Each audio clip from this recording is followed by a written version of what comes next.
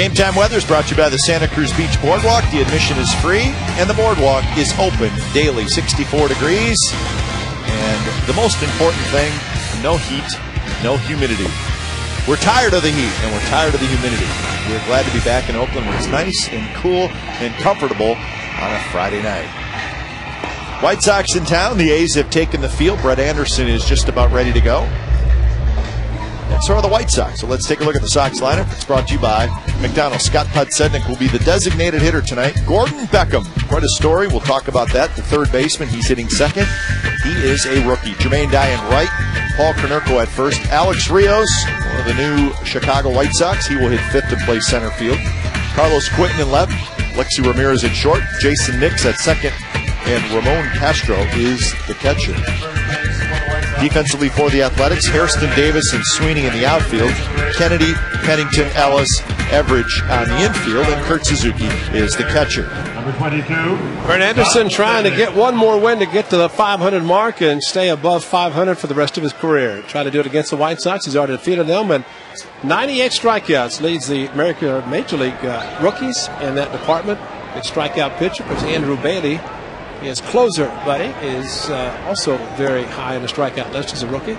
Rajai Davis was repairing some divots in center field, taking a little extra time. Clay Wood did a great job. Yep. He and his crew and those who are involved in converting this from football, baseball, you still see the yardage lines in the center field area where the bleachers were sitting. Scott Podsednik off the fist rolls one into left field for a base hit. So the second pitch of the ball game, Podsednik has a base hit. Well, there was a football game going on here last night at this time. I believe it started at 7 o'clock. So you figure it ends at maybe 10, maybe even a little later than 10. Well, you just imagine how much work was done between then and now. So much so they had to cancel batting practice, and that was about it. Show up and play the game. The A's home after a very good 4-2 road trip through Kansas City and Baltimore. They played well the entire trip. So the A's 51-63, and they have won 7 out of their last 10. So game number 115 on the year for the Athletics. What they'd like to have is a good homestand and get their record up over the 500 mark at home. They're 26-28 here at the Coliseum. Be a good challenge for a team that's playing well. The White Sox, the Yankees, and the Tigers are the 3 teams in on this homestand.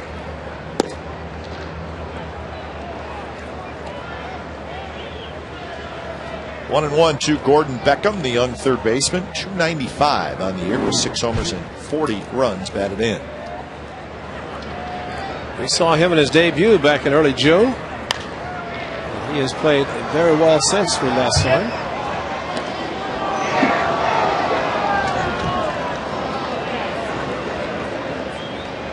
Talked a little bit about Rookie of the Year candidates being mostly pitchers in the American League, but you know, we may have overlooked this young man, Ray, because he's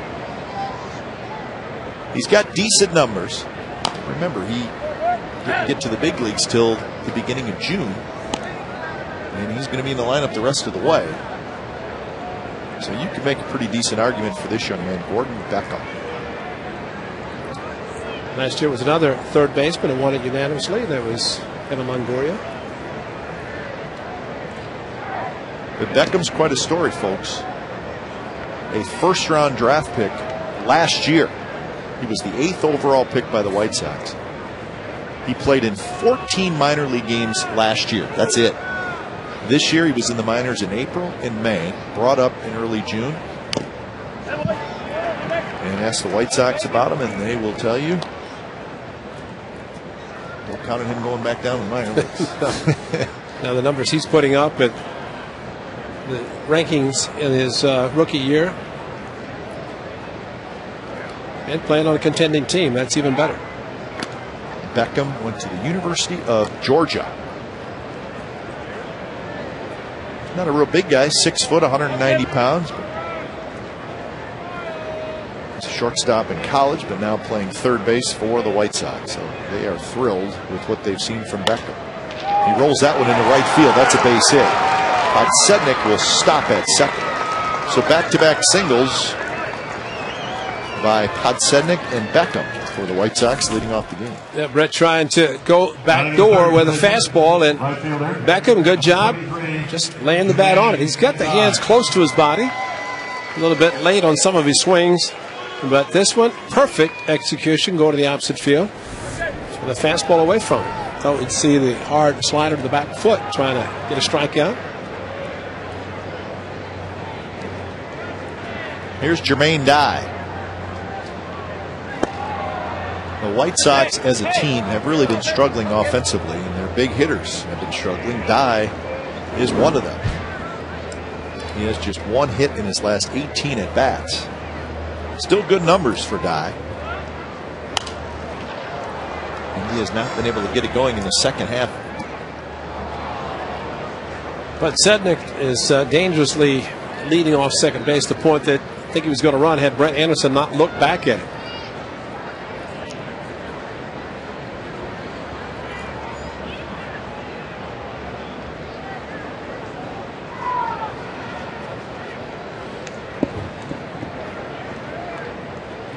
Anderson last pitch at Kansas City on that hot Sunday afternoon pitched very well. Probably had complete game stuff. Because of the heat, humidity came out. But pitched very well to pick up his 7th win. 99 pitches in that start through his 6 innings. He's been terrific as of late. He's lost just 1 time in his last 8 starts. See here if he goes for the strikeout with a hard slider down and in. Didn't offer it. Do it again, he might do it. Jermaine Dye, a very aggressive hitter. No Jim Thome tonight for the White Sox. No A.J. Brzezinski. Both getting the night off. There's a line drive just out of the reach of a leaping Pennington. Podsednik will score. Beckham stops at second. So the White Sox start the game with 3 consecutive hits, and they are on the board 1-0. Jermaine Dye picks up RBI number 68. So close to being an out. Look, Pennington tried to jump and time his jump to make the catch, but Jermaine Dye went down and got the low slider. And that's how close it being a double play because Podsednik was headed to third.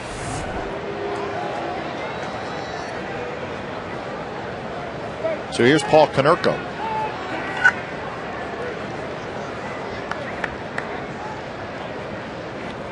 Konerko, another big bat, struggling. 2 hits in his last 21 at bats.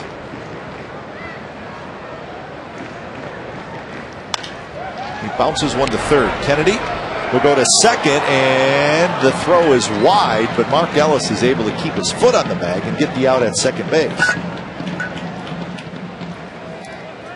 So a close play, but Adam Kennedy knows he makes a good throw to Mark Ellis. It's a double play, but Mark just made sure he got the one out. As much as he would love to have turned the double play, not able to, but you know, one thing, 28 consecutive games, with 1 off day, and it's like they haven't played in a week. I mean, those things happen when you get an off day. That's why playing on a regular basis is the best. There's a shot to right field by Rios. Sweeney's going to get back, reaches up and makes the catch.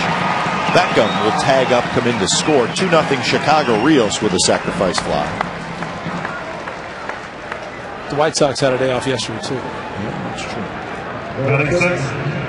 Left fielder. But you've said that many times, especially if you're playing well. And the A's have been playing well.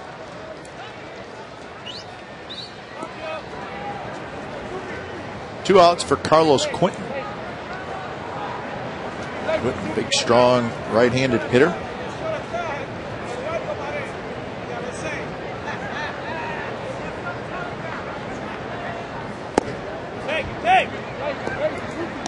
Quentin with a .232 average, 11 homers and 29 runs batted in. Remember, he missed a great deal of time on the disabled list. A couple months. Some foot problems.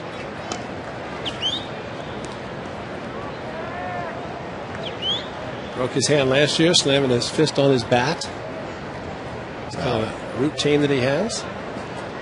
So Jose Contreras has a 2-run lead and he hasn't even taken the mound yet. 2-0 fastball, and Quinton swings and misses.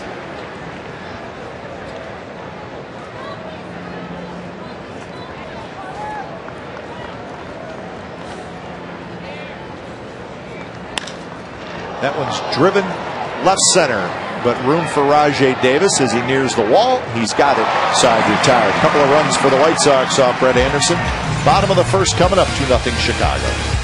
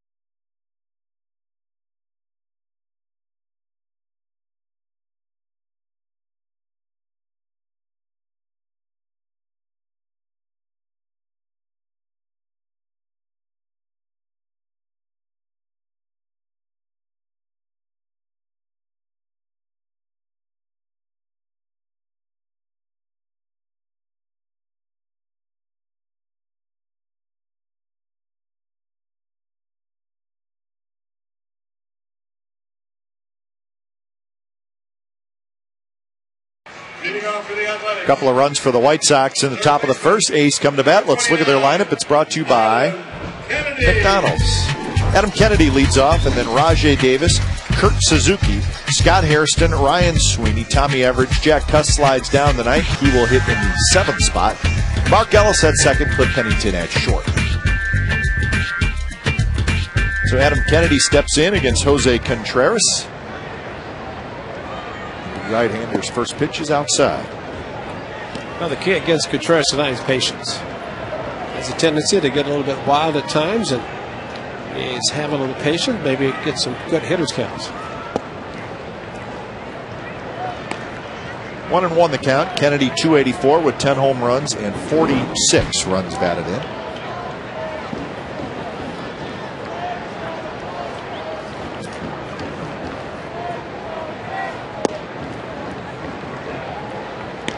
From the A's standpoint, as we mentioned, the opportunity as a young club to play 3 contending clubs is homestand. One of the White Sox, the first team they are facing, not in first place.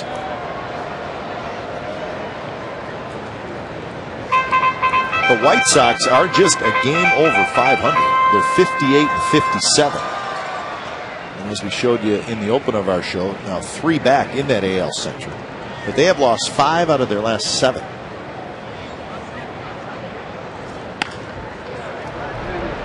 So it has not been a good second half for them. They're 13 and 14 since the All-Star break. Coming off a series in Seattle where they lost 2 out of 3.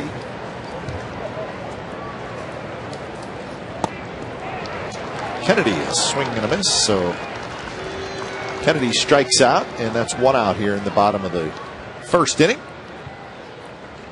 Defensively for the White Sox, Quinton, Rios, and Dye in the outfield. Beckham, Ramirez, Hicks, Canurgo on the infield. Ramon Castro is the catcher, and there is Jose Contreras. Well, the Contreras numbers are not good, as he is, again, maybe pitching for spot in the rotation. Let's see what happens when Jake Peavy comes back. But maybe towards the end of the month of August. Contreras, the veteran, he's been in the Yankees, of course, and the Chicago White Sox. He is Cuban. Of course, a big story just recently on Louis Tiant, one of the great Cuban right-handers. Played for the Red Sox back in the 70s, of course, Cleveland.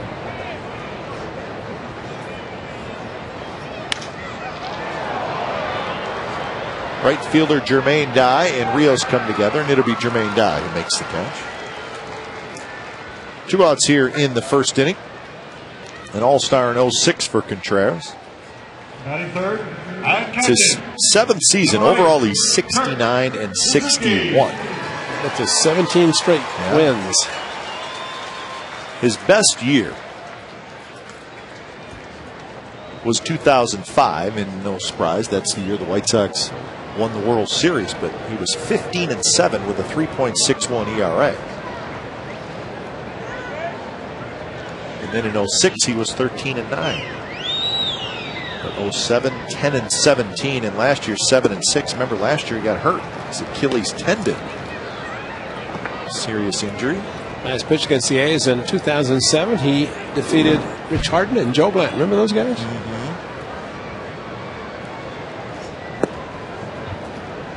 But the Contreras of 2009 has not won in his last 5 starts. 4 losses and a no decision. His last win was July 8th. Drop down to get Rajai Davis, and one thing he likes to do is to the right-handers drop down and sling the ball to the outside part of the plate.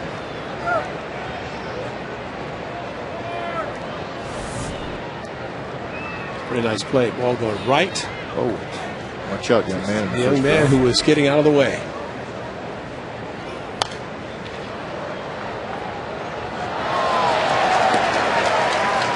A nice play. We got nice plays being made all over the place, and it's only the first inning. Let's see. White Sox t-shirt, White Sox jacket, White Sox hat. And a scorebook. He's got his headphone on with a pen in his hand. He's got everything. And a baseball. Another foul ball by Suzuki. The White Sox 3 consecutive hits to start this game for 2 runs, and neither club took batting practice. And I think for an off day, the one thing you hope for is to be able to take batting practice on the field. They did hit in the cages, which got them ready, but just something about an off day. You want to get out and just to have a little bit of extra time. On the ground to the shortstop, Alexi Ramirez. And that's a 3-up, 3-down inning for Jose Contreras. Second inning coming up. It's the White Sox 2 and the A's nothing.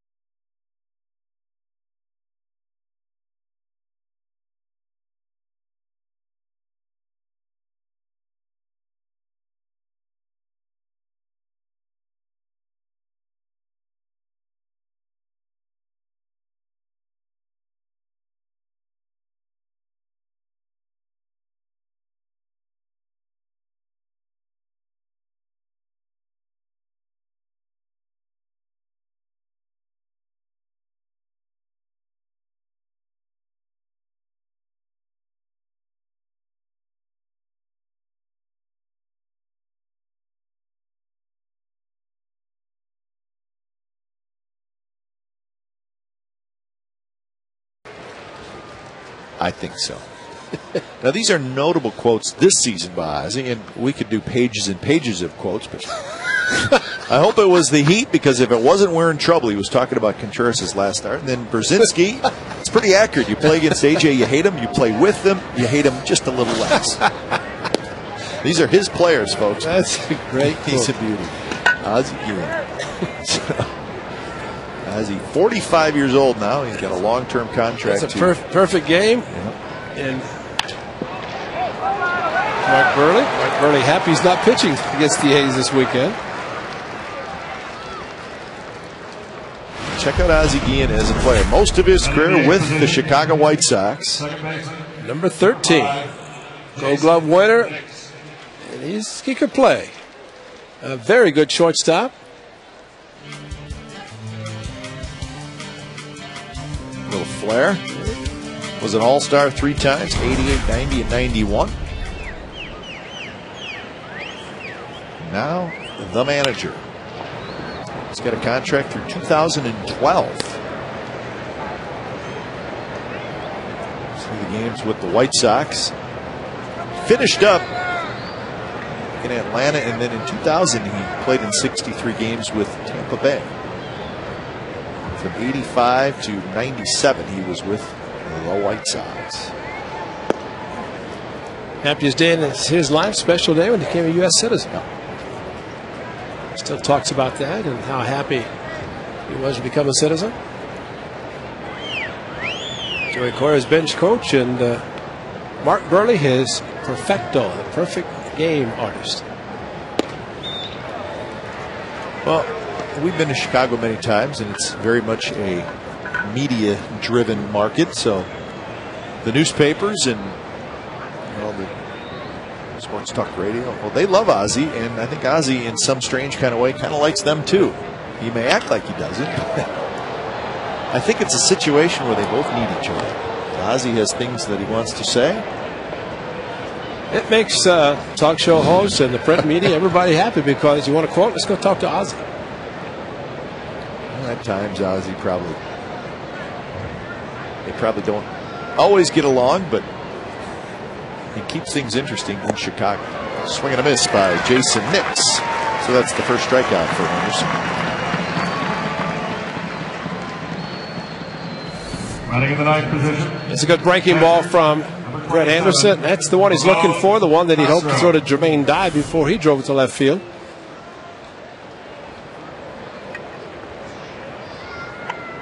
So Ramon Castro steps in.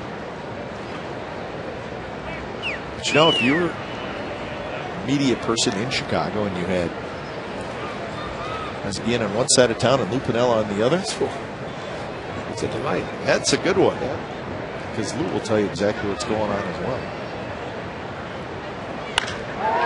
Shot, center field. Davis going back, and that baby is gone. Ramon Castro goes El Centro.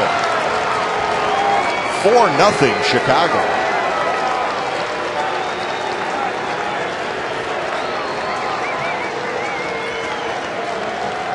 If there's such a thing as a high line drive, that's what that was. First pitch hitting, just like a couple of guys the first inning. Fastball away, this location, and see Kurt Suzuki reach outside. Wanted the pitch in, got a chance to extend his arms, and Rajay just ran out of room. He was hoping the ball would carry him off the wall. Podsednik goes after the first pitch and slices one to left field for a hit. Nobody's waiting around. No.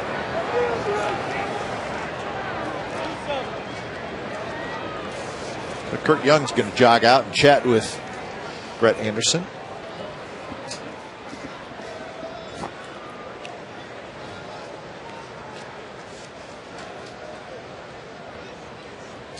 So 3 hits in the first, couple of runs. 3 hits in the second, and a couple of runs.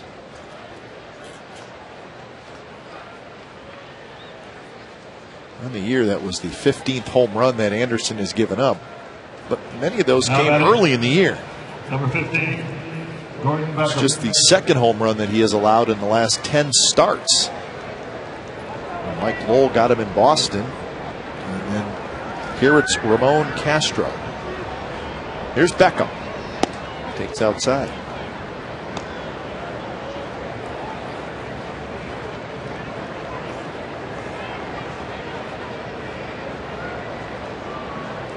Beckham singled to right field and then scored.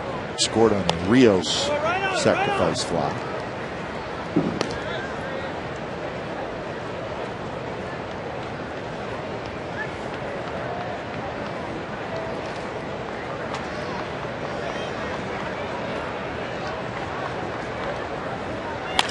There's a line drive right field. It's going to roll past Sweeney and off the wall. Podsednik still runs very well, and they're going to hold him up as he was digging hard. And third base coach Jeff Fox held him up. So Beckham is 2 for 2. Second and third, 1 out.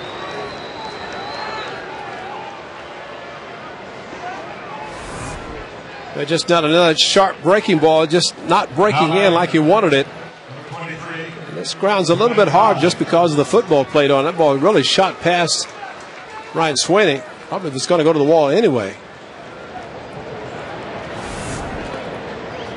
And we talked about the off day yesterday, but the A's pitchers, at least Brett Anderson and this group this weekend, is staying on turn. There's a base hit right center field. 1 run will score. They're going to wave Beckham home. The throw to the plate is cut off. Jermaine Dye, a 2-run single, 6-0 Chicago.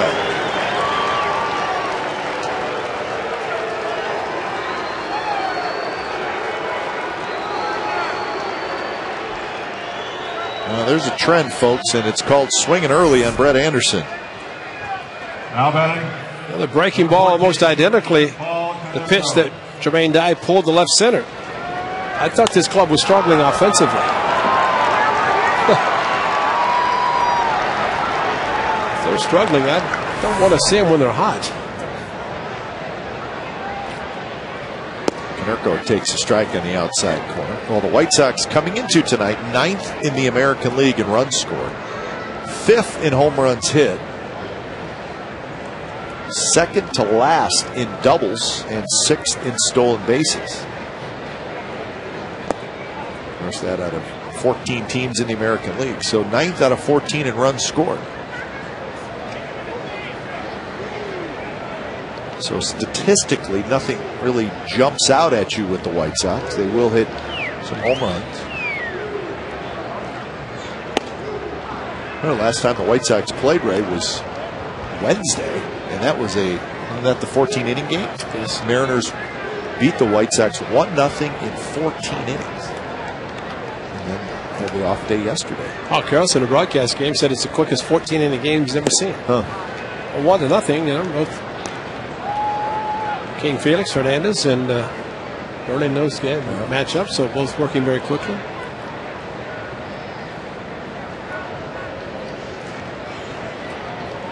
Konerko reached on a fielder's choice in the first inning. And he takes just a bit off the plate, and it's a walk.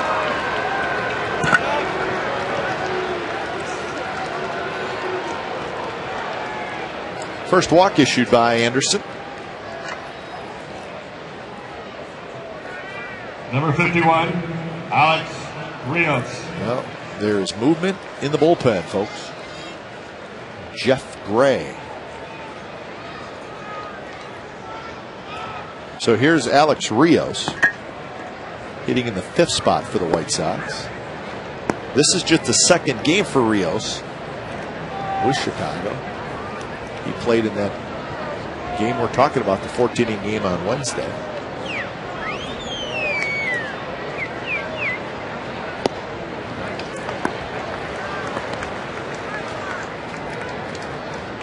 There's a little pressure on Alex Rios after spending his career with the Toronto Blue Jays and signing a huge contract, and the White Sox claimed him to help push them over the top to try to win the division. And he drives one to left field. Hairston into the corner. It is foul.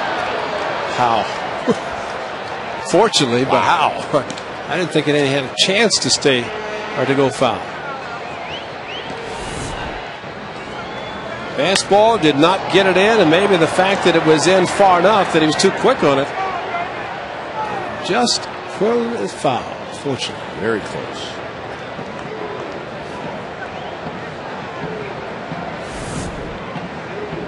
So 1-2 to Alex Rios. Lays off that one. The count 2-2. There's the umpires: Darling, Tishner, Hahn, and Emmel. Gary Darling is the crew chief. There's our guy Bill Hahn. Swing and a miss. Good breaking ball by Anderson. That is number 100. Strikeout number 100 for Brett Anderson. Number Hard 20, slider, and Carlos said heck with throwing him another fastball that almost hit out. Those are the rookie pitchers with 100 strikeouts in a season for the A's. And Brett Anderson becomes the 7th to do it.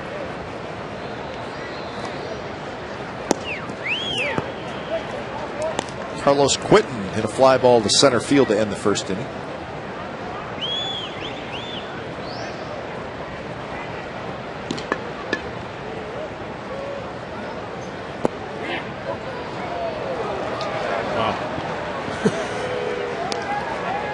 Carlos Quinton questioning home plate umpire because it was Darling who made the call on the check swing.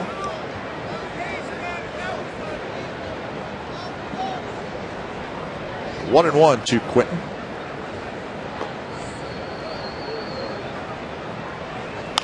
There's a shot foul. This is the umpiring crew that was the crew for the Giant Dodger series, and from what everything we've at least read and heard, it was not a good series for the umpires. I don't know that I've ever read or heard about a crew taking more heat than they did, but I guess it was a tough series for the umps. They probably thought they had a great series. Huh? Oh, well, I'm afraid if they start seeing replays, they might think otherwise. But so they probably needed a day off yesterday, and I think they got one.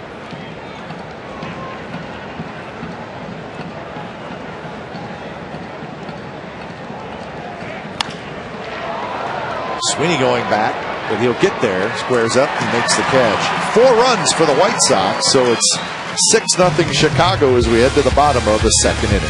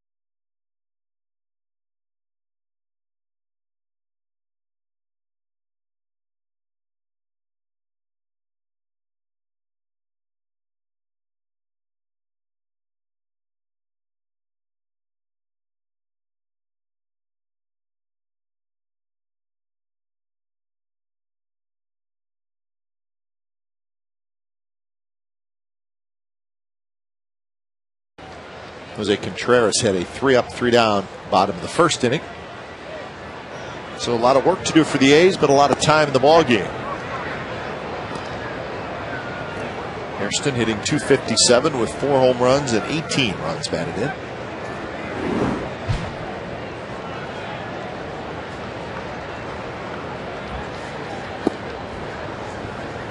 Pretty good series for Hairston against the Orioles. 5 for 14. He had a homer, a double, a couple of RBIs.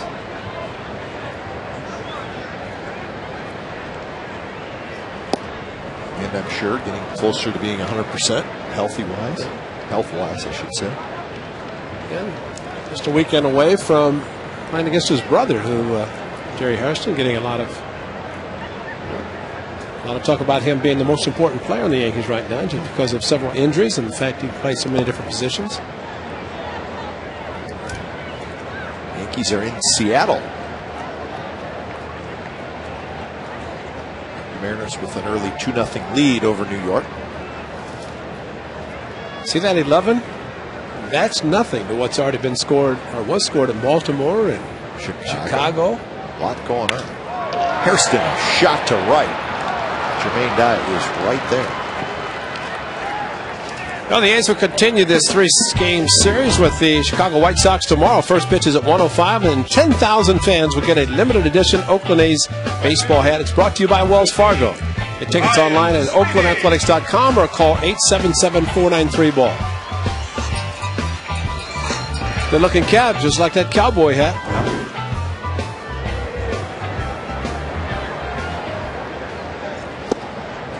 After the World Series? Yep. Well, no, actually, after game 2 of the 74 series against the Orioles. We went back and then headed to Los Angeles. We wore them down there too. Down Rodeo Drive. I think we wore them to Baltimore, and that was it. Put them in the case, and that's it. Swing and a miss by Ryan Sweeney, 1-2.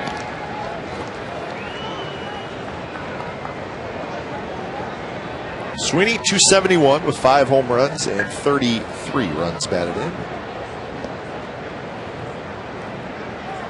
Sweeney, 4 hits in the Orioles series, 3 of them doubles, and he had a good series in Kansas City as well. A couple of home runs against the Royals.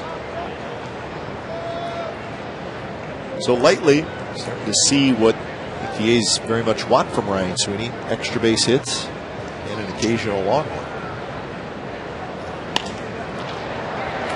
To left field, and that'll drop in for a hit. And the ball's kicked around out there by Carlos Quentin, but he picks it up. So Sweeney has the first hit for the A's, comes with 1 out here in the second inning. Well, almost got into the end zone. Quentin let it go by. Was it fair foul? Looked like a punt. A slicing drive, and again, this field, watch it take off on him. He's backpedaling right into the end zone. Got it in the corner, kicked it with his foot, kept it from going out of play. Almost had to go to the wall. It's a little soccer kick. Thank you, Tommy. They do play soccer. Tommy Everidge steps in, takes the first pitch outside.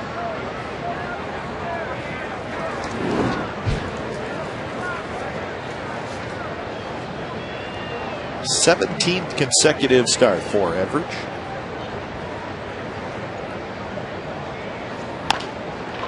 Big chop. Beckham has it to second for 1. The turn, and they get Everidge at first. Jason Nix hanging in there, making the pivot, and Everidge hits into the double play. Third inning coming up. It's the White Sox 6, and it's the A's 0.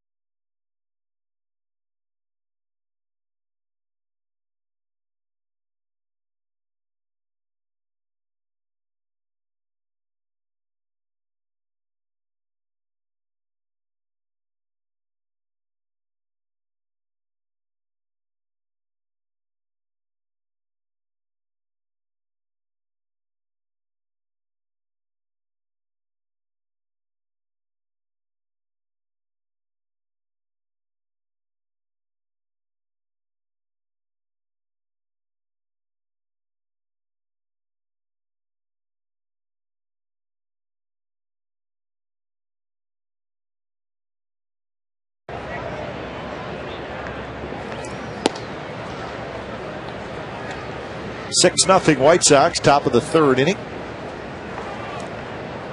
Ramirez, Nix, and Castro, the bottom three in the Sox lineup. Scott Podsednik is the designated hitter tonight, folks. But he was just out in the bullpen. He was out by the right field wall. Often you see a designated hitter doing that. Staying loose. He was sprinting back and forth. Stretching out, way out by the wall. And then he sprinted back in from the bullpen to the dugout. You could go upstairs, go in the weight room, ride the bike with Billy Beane. Now this is the end of his little routine out there. So keeping loose and all right, maybe a little bit bored. Ramirez swings at a pitch in the dirt. So third strikeout for Brett Anderson. Well, the biggest thing for Brett right now is just put some zeros up. There's a good slider that's taken a little while to throw and get some swings on bad pitches. And that was definitely a bad pitch. Ball hit the plate. Good block by Suzuki. Kirk gave up 6 way back on June the 14th at San Francisco against the Giants. Also at Texas.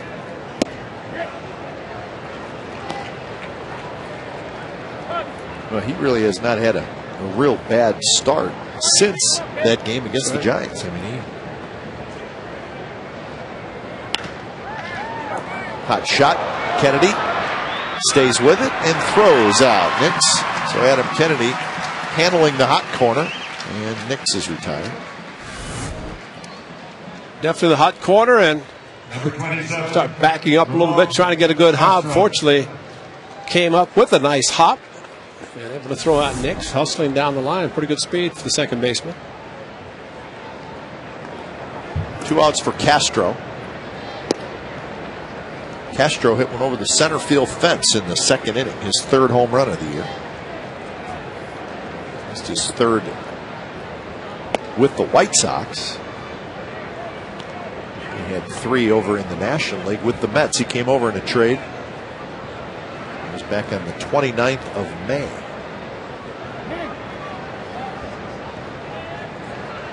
If I understand it correctly, never caught Mark Burley until the perfect game. Nope, that's right. First time.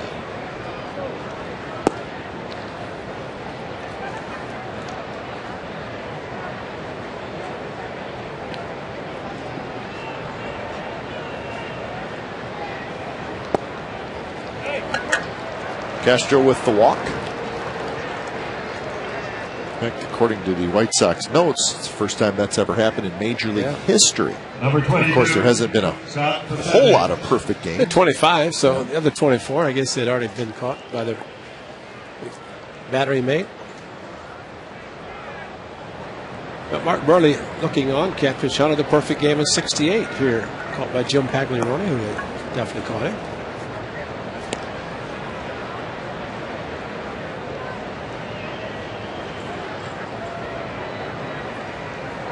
One and 0 to Podsednik.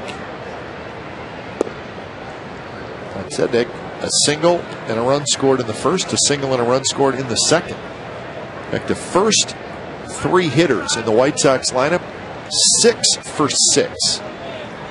It's Podsednik, Beckham, and Dye with 4 runs scored and 3 RBIs.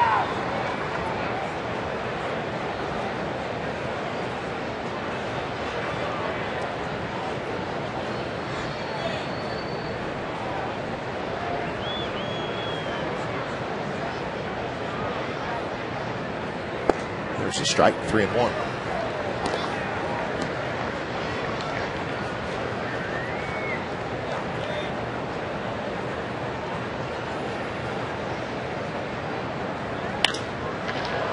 Down the left field line, Hairston racing over, and he goes into a slide, but it's a foul ball. It's a good effort by Scott Hairston. No chance to get to it, slicing away. Fortunately, it did go foul, but Scott Podsednik, 2 hits to left field, and against the lefty Brett Anderson. That's basically what he's trying to do. Just wait as long as possible and use the opposite field. Only left-hander in the lineup, he's got 2 hits and 2 runs.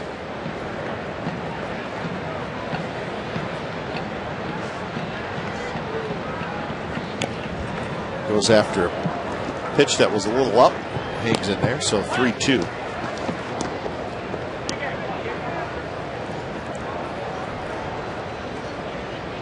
This will be pitch number 65 from Anderson in the ballgame. We're in the third. Another foul ball. Castro will head back to first. He was running on the pitch with the count 3-2 and 2 outs.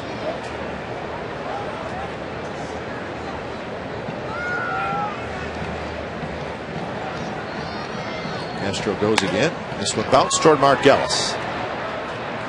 And that'll do it. So a 2-out walk to Castro, nothing else for the White Sox. Jack Cust will lead it off, 6-0 Chicago.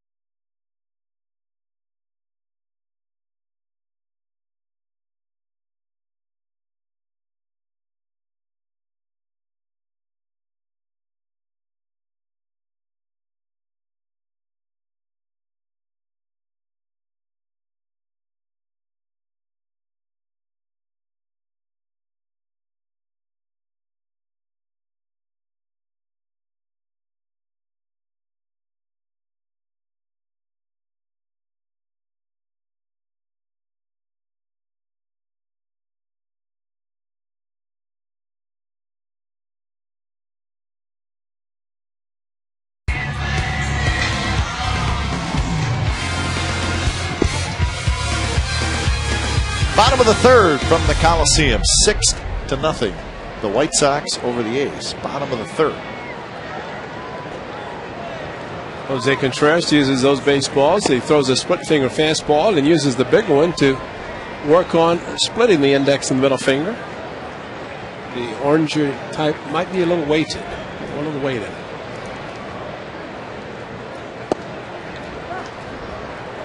Well, the A's did it against the Minnesota Twins. There's Contreras, who's actually. Wow. That looks like that hurts. That's even more. It's more of a fork ball. It calls it a split, but if you can split your fingers that much and bury the softball, that would be more like a fork ball that Dave Stewart threw. It's just watching, doesn't it? Yes, it does. But if you just think about putting a soft, I mean, he must have huge hands. Or long finger. Both. Or both. Jack Cust hitting in the 7th spot tonight. Swings and misses, and Cust is the second strikeout victim for Contreras. Well, the A's would like to send along a happy birthday to Dolores Valenzuela, 87 years young. A big A's fan. As you take a look at this splitter that we're just looking at. Dolores Valenzuela is the mother of Judy Vasconcelos, who works in the A's front office of the mail room. So she wanted to send along a special happy birthday to her mother. Dolores, 87 years young and a big baseball fan of the Oakland A's. Appreciate that. Judy's one of our favorites in the mail room.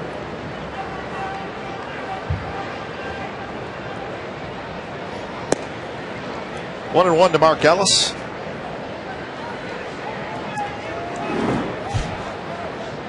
We'd have to start scoring some runs. All these vocal people, we're starting to hear an awful lot of them. Jermaine Dye is going to play it on a hop. So Mark Ellis has a base hit. He's got the ball checked up. in right field. Started to say the A's back in July, down 12-2, came back and won, scoring a little bit later. Mark Ellis continues to swing the bat well. That ball landing right on one of the yardage marks. You know, one time before Mount Davis was built, when they played a football game, they just run it from home plate to center field. So they ran it the opposite way as it runs right now. Didn't have to worry about it.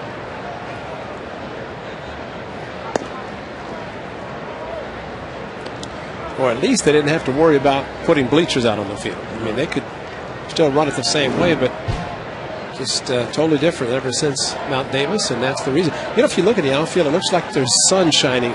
There is. That's why the grass is a little lighter. It's just Pennington towards center where Rios goes back. He's got it in the sunshine. But doesn't it look like that? Yeah, it does. The way the light's hitting. Look at that. The sun shining just in center field, just straight across. That's the reason. That's where the bleachers were for about 8 days. If anybody ever asked you, well, how does the football field set up at the Coliseum? You could say second base is directly in the middle of the football field. 50-yard line, right there. Pitcher's mound. Contreras is set up right at the 50, one step away from being out of bounds. But it's really too bad because Clay Wood, as everybody knows, one of the best groundskeepers in all of baseball, and very well manicured field. There's Clay, and Clay, just take a nap because I know you guys have not had any sleep. Yeah, here they are out on the gamers. Yeah, getting ready to go again. But congratulations to the crew of getting this field ready.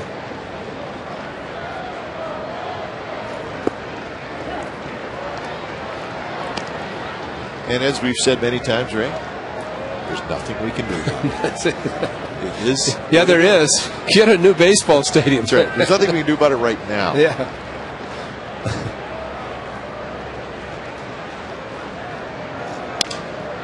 Broken bat near the bag at second. Ramirez, and he just did not pick it up cleanly.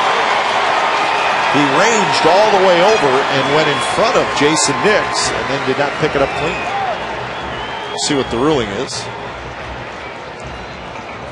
Center fielder, number 11. Nix has that look like, what are you doing over here? Exactly. Jammed Adam Kennedy right up the middle, and Nix was there, and all of a sudden he was positioned, and as a result, Ramirez gets the error, and rightfully so. Ball was going right to Nix. He had set up to throw out Kennedy. So maybe the A's can take advantage of a mistake. Maybe over-aggressiveness by Ramirez. You see why. 89 errors, most. Of course, goes with that the earned runs. So 89 is the most in the American League. Let's see what the most in the National League is.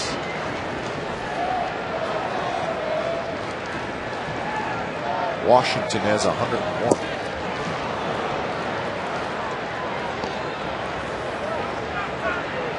The White Sox defense has not been great, but they're pitching third best ERA in the American League, 4.13. Contreras bearing the fingers in, the split finger grip again. Does that set up, but brings the ball to the glove. He changes, but at least he's set up. But you would think, the way he's working on splitting his fingers, that he wouldn't have to set up in the split finger grip. He put the ball in his glove, and whatever he decides to throw, do it. Definitely long fingers, you can see. Watch him right there. He's burying the fingers, getting the grip split, and he's got it set up. And then he can either throw the pitch, or when he gets the glove, he changed it. And he dropped down. Changed the grip and the arm angle that time. But to me, Dave Stewart was always the best because he would put the ball in his glove and then bring fingers and just wrap it right over to throw the fork ball. True fork ball, where you bury the ball back in the index and middle finger. Same pitch and outside again. 2-2 the count. Ellis at second, Kennedy at first. A's trying to take advantage of the air by the shortstop Ramirez. And you know, runner at second base can actually see what we're seeing with the camera. And he could just whistle if it's going to be a split. Otherwise, he can look for another pitch, and here comes the split. Great shot. Hit hard to foul as Rajai got out ahead a little bit, but reached for it. There's a hanging split finger fastball. Well, he made a nice play last time, but he could not come up with that foul ball. Hit the mound. Clank. Oh, man.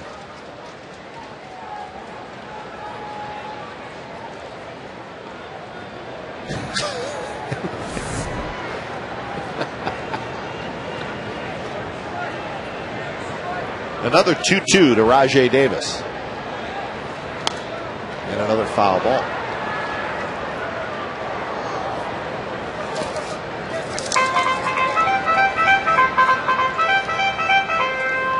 Rajai sitting on an 8-game hitting streak. A great time to get it to 9 and put a run on the board. He's have to chip away just the third inning, and as we saw with the Minnesota Twins game, a lot of innings, a lot of baseball left. Contreras dropped out again, and this time he gets Rajai Davis, so the A's strand a pair in the third.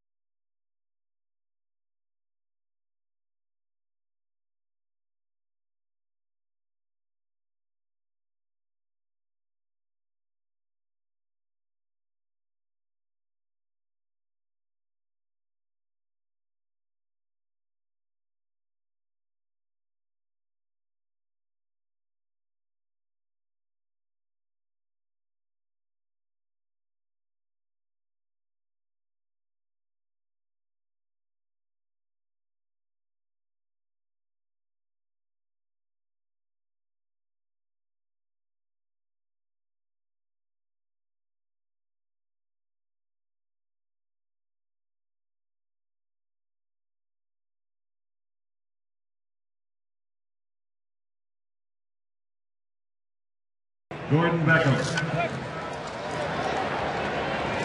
6-0 White Sox, top of the fourth inning. Gordon Beckham swings at the first pitch. Foul territory. Kurt Suzuki has it, and that's the first out. Let's check in with our Subway Eat Fresh Ask Glenn and Ray question. You can use your question by logging on to csncalifornia.com. Today's question comes from Kim Chico. Hey, can you show me a side-by-side comparison of a pitcher pitching out of a windup and out of the stretch? Yes, we can. We're going to show you Brett Anderson windup and then out of the stretch. And we'll do it in just a moment. First pitch to Jermaine Dye is just a bit low. Big night for Dye. A couple of singles and 3 RBIs. Came in a struggling hitter. Got off to a good start tonight. We got family and friends here, so I'm sure wanting to impress them, he didn't have to. You know, he could just could have waited. Yeah. Too good of a hitter to wait, though. I'm sure a lot of talk. What's going to happen to Jermaine Dye, free agent after this year, with Alex Rios now part of the White Sox, but I would think they'll make every effort to re-sign him, extend his contract. Very high to left. Hairston now back pedals, and he's got it. All right, here's your windup and your stretch. We call it a split screen. On the left is the wind-up, the right, the stretch. The wind-up, of course, when there's nobody on base or a runner at third. But there's your wind-up out of the stretch with runners on base, first or first and second, where you do not want them to advance. The leg kick keeps the runner at first. And I thought it was interesting talking to Michael Wirtz, and I remember reading you out of the stretch. Obviously, you'd like to, as Mark Burley did in the perfect game, never pitched out of the stretch because he was out of the wind-up the whole game. But Greg Maddux, the Hall of Fame or future Hall of Fame pitcher, would throw the majority of his warm-up pitches out of the stretch because he said you're going to have your most difficult pitching situations with runners on base. So you might as well practice that way. And how many times, Ray, have we seen a guy maybe retire the first 10, 11, 12 guys, so he is in the windup the whole time, and then you get him in the stretch for the first time, and they're not the same pitcher. Actually, you see that happen quite a bit. No problem for Mark Burley on the night where he pitched a perfect game earlier this year. Konerko lines one toward the A's bullpen.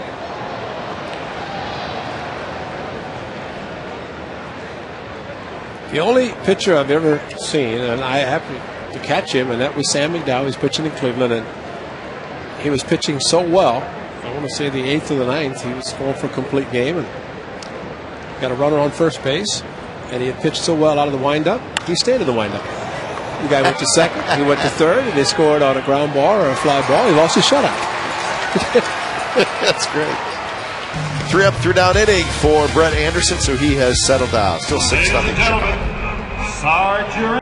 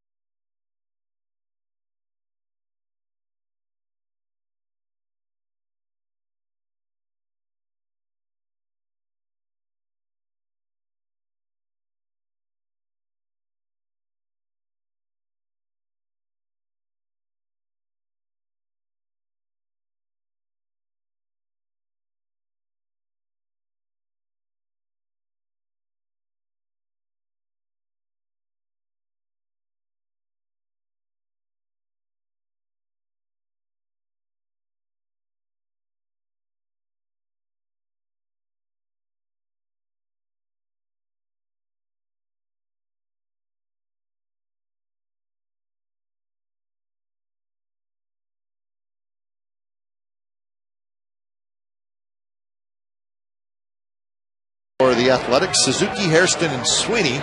He's trying to get something going against Jose Contreras.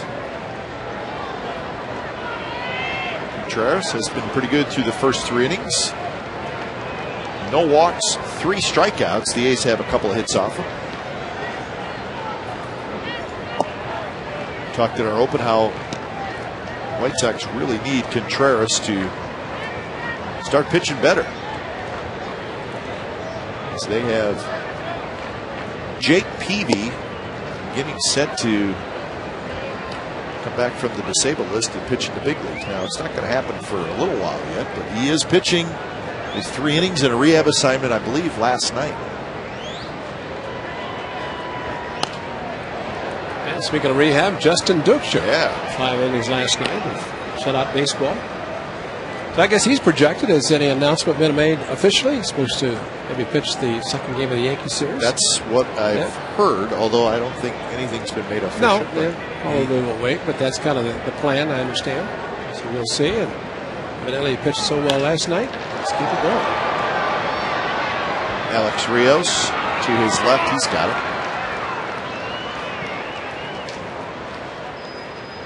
Well, last night, Justin Dukeshire, yesterday actually, pitched in Arizona for the A's Rookie League team down there.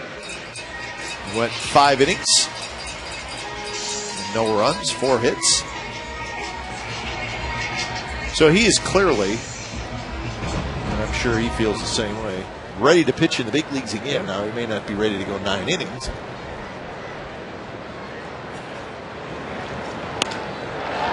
To left field and hit well. Quentin back. That baby is gone. Scott Hairston homers, and the A's are on the board.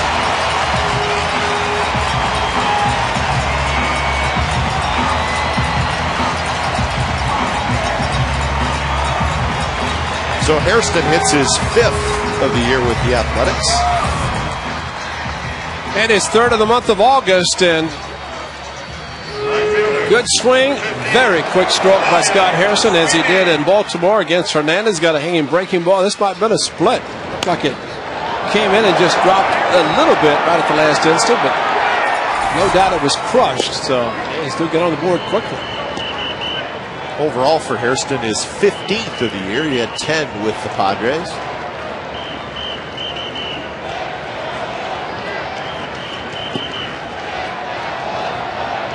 One and one to Ryan Sweeney. Sweeney had a base hit in the 2nd inning.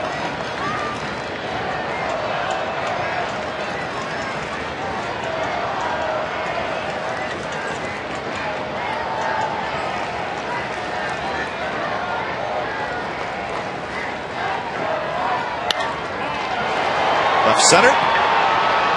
Rios and Quentin, and it's going to be neither of them. Sweeney will be at second.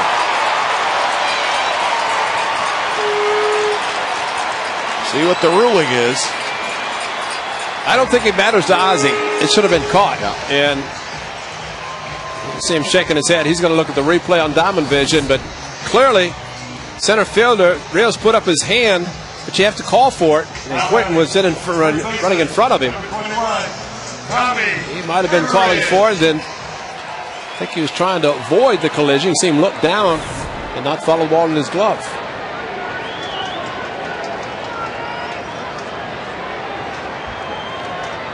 So here's Everidge. He takes a strike on the outside corner. Now it's going to be an error on Rios. So ball hit his glove, popped out. I think you could certainly put a little blame on Carlos Quentin as well, as he kind of came a long way over there, but at that point it was Rios' ball. But you don't know how much, like you said, how much communication there was.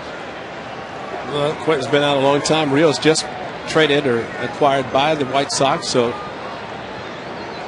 miscommunication. But usually the center fielder is the one to take charge. If he can get to it, center fielder usually is the guy who's going to catch it.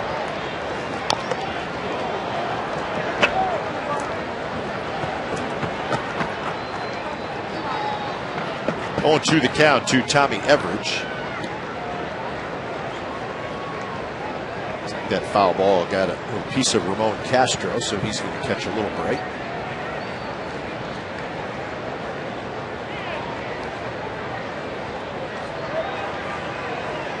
See, the Tommy Time t-shirts are out. Yeah. You started it. I think you were the first one to utter the words Tommy Time. I think it's somebody down the truck, maybe. Or that hit it. Yep. And he's going to take his base. So some noise being made by the A's here in the 4th. And you could hear the noise as it ticked off the uniform of Tommy Everidge. Right on the number 21. Got it. Got a nice note from his high school coach, Don Lyons, that we had mentioned when Tommy made his debut in Boston.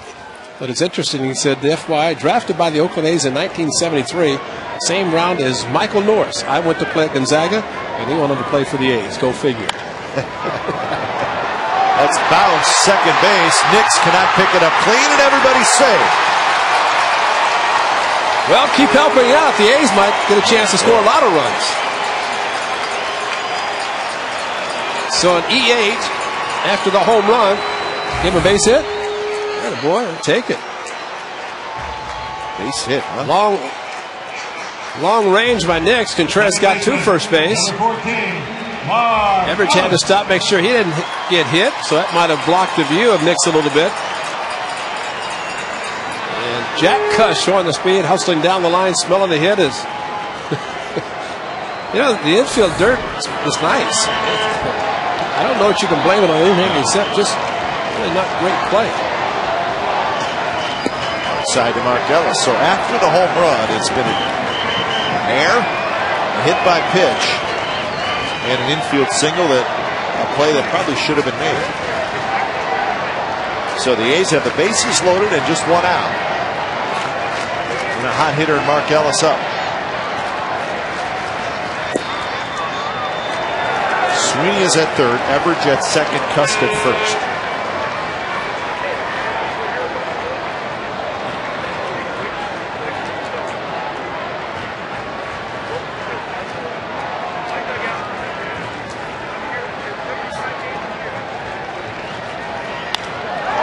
Ellis left field line, fair. 1 run scores. 2 runs are going to score. They're going to wave home Cust. Throw to the plate, not in time. Ellis to third, 6-4.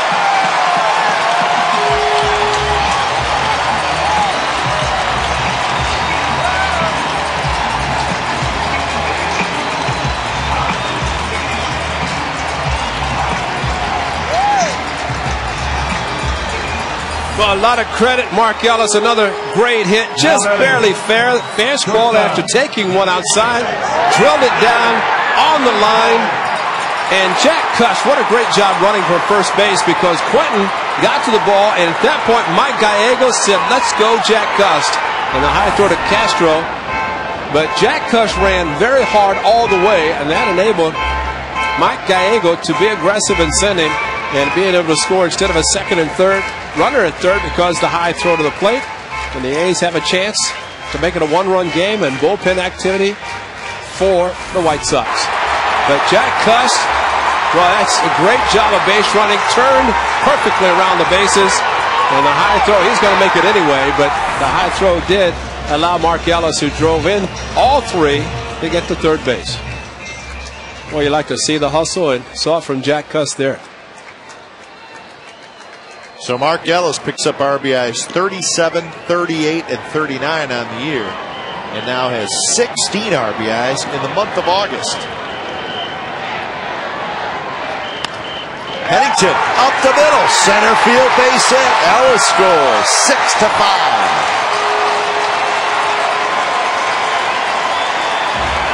Folks, that's what you call taking advantage of mistakes. White Sox should have been out of the inning, maybe with just the home run, with a 6-1 lead. And all of a sudden, it's a 6-5 game. First pitch hitting by Pennington up the middle. And Mark Ellis, who got to third base with his 3-run double, scores, and it's a 1-run game. DJ Carrasco quickly loosening up as the A's taking advantage of mistakes by the White Sox. Pennington at second base, and he's thrown out trying to steal. Very close play. A quick throw by Castro, and a setup by Ramirez at second base, taking the throw in front of the bag. And I think there's a case of maybe a hook slide. Pennington goes in head first, but watch where Ramirez sets up in front and then reaches back. Pennington going to the outside. He thought he'd gotten his hand in before the tag. Swing and a miss by Kennedy, so it's a quick 0-2. See, Ramirez, instead of staying on the bag, he's safe. Got his hand on, and the swipe tag with a forearm to the forearm. If he's on the bag, it's no contest. But by taking the throw in front of the bag the way he did, he had to make the swipe tag.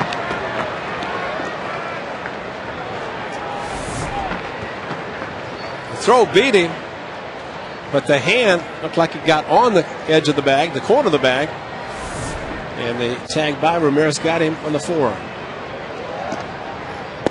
Swing and a miss, he struck him out. Big inning for the A's. They score 5 times, and we get a ball game as we head to the 5th. It's 6-5 Chicago.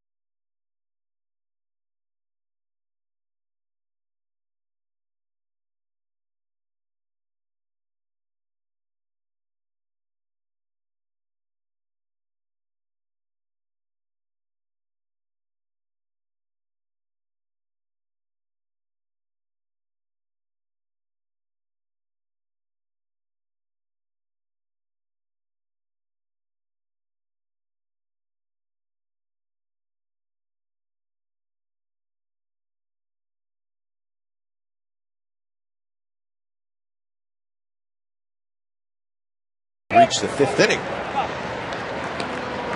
5 spot in the bottom of the 4th. So A's are back in it. Rios, Quinton, and Ramirez.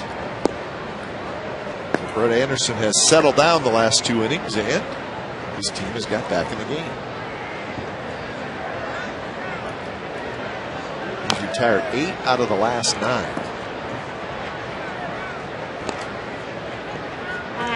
Brett Contreras, granted, had the bases loaded because of a hit bat on an error, but I thought the second pitch he threw to Mark Ellis, Mark took it a little bit off the plate. Then he had to come in on 2-0, and that's when the fastball got into the point where Mark Ellis could turn on it, and a big bases clearing double.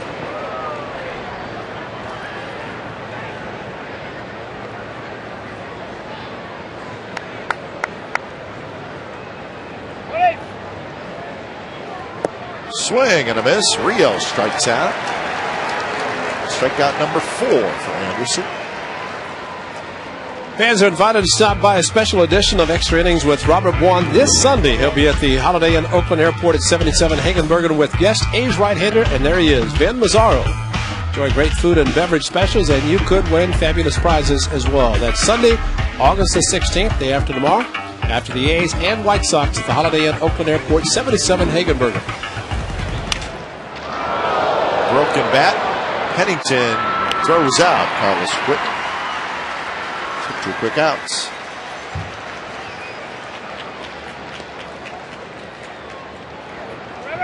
Number 10. Sunday, of course, a special day here. Turn back the clock, 1929. That'll be the uniforms both clubs will be wearing.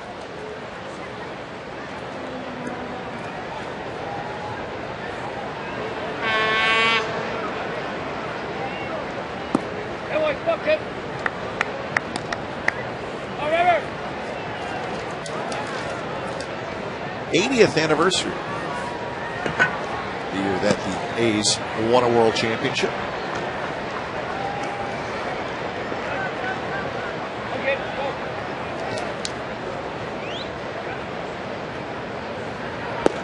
Good pitch right on the inside corner.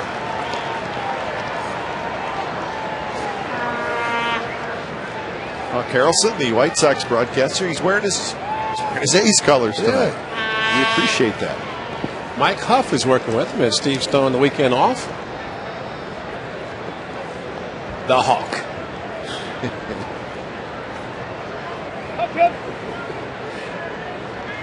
He played golf somewhere today, I guarantee it. You know, I asked him, No? and he said his wrists have been hurting, Oh, so he really? hasn't played as much golf as he was on the tour for a little while.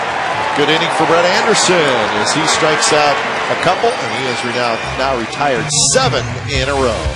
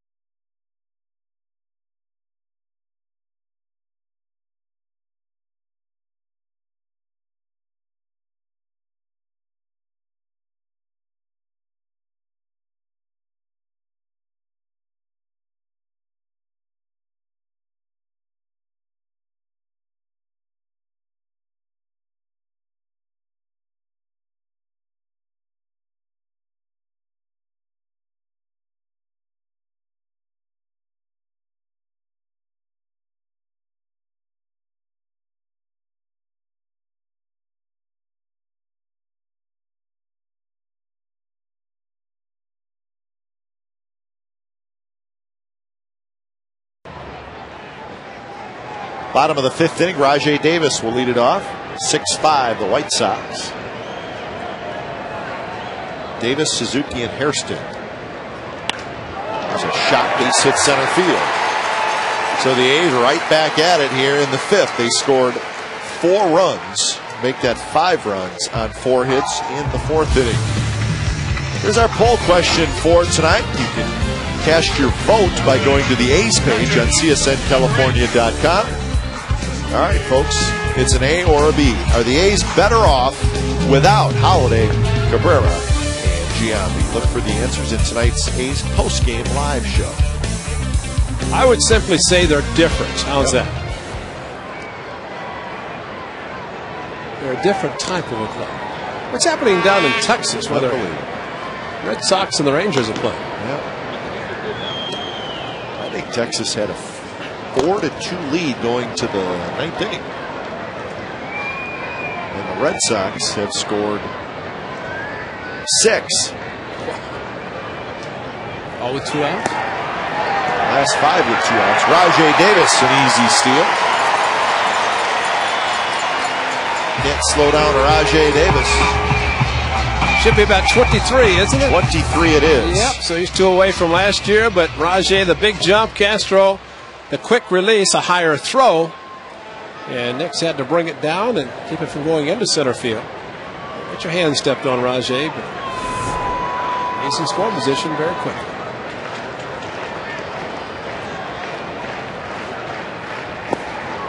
2-0 to Kurt Suzuki. Bullpen is up again for the White Sox, and you just get the feeling that it's a very short leash for Jose Contreras. He was handed a 6-0 lead. His defense hurt him in the 4th inning, but 4 of the 5 runs the A's scored were earned runs. Swing and miss, 2-1. Suzuki, a ground out to short and a fly ball to center field. Well, Isley knows that, unfortunately, for the White Sox, every time they come to the West Coast, especially in Oakland, weird, strange things happen. The A's are happy to accommodate some of those things.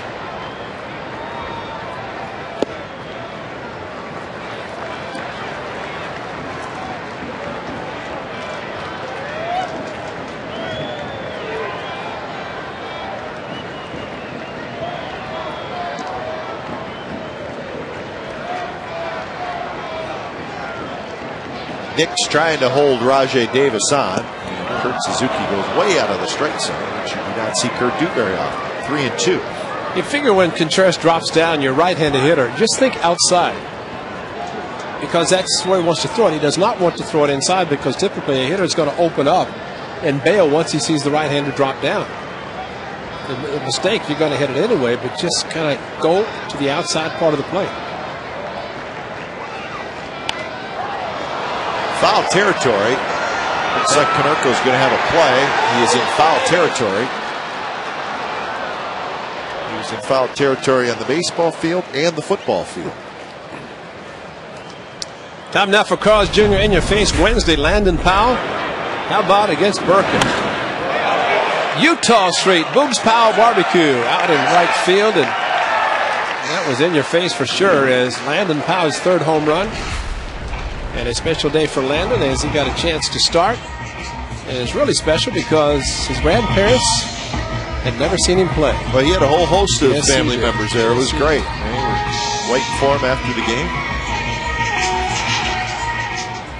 He said a whole group drove up to see him. And as he said, playing on the West Coast. It's not... folks don't get a chance to see him that much, but definitely made sure they did in Baltimore and got a chance to catch and did well. Stood by the fence after the game. Talked to all of them.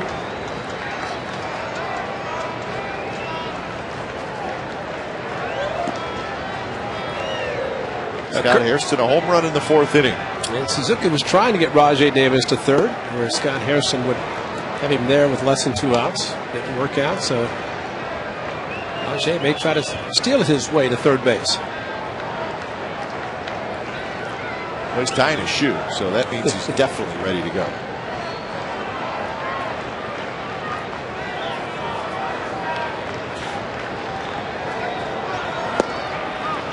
1-2 now to Hairston. Sweeney in the on deck circle.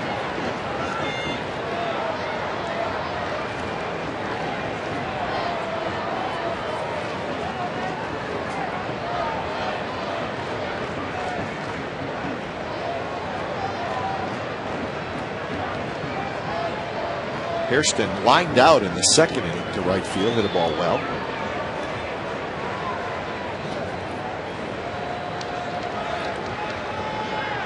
Shuts it off circulation to the fingers.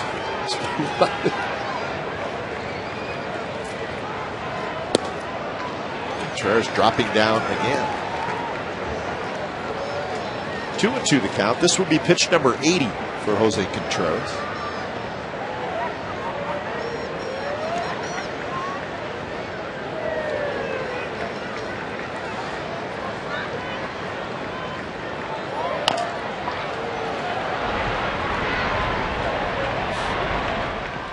Last at bat, first pitch hitting, Scott Hairston.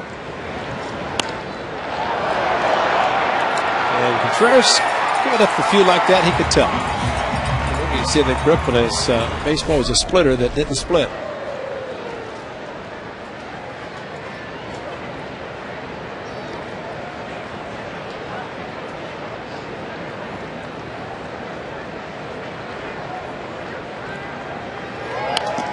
This one's popped up, and it's going to be out of play.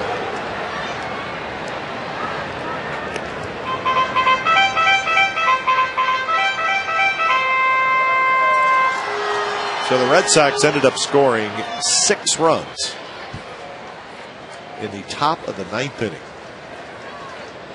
So bottom of the 9th coming up 8-4. So the Rangers were 1 out away.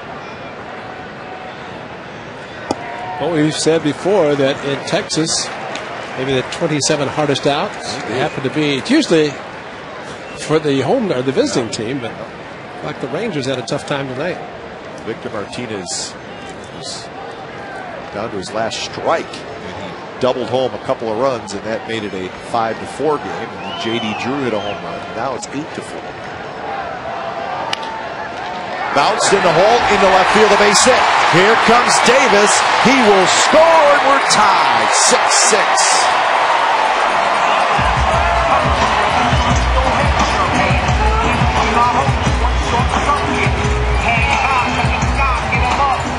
And that's going to do it for Jose Contreras. So Hairston is second RBI in the ball game.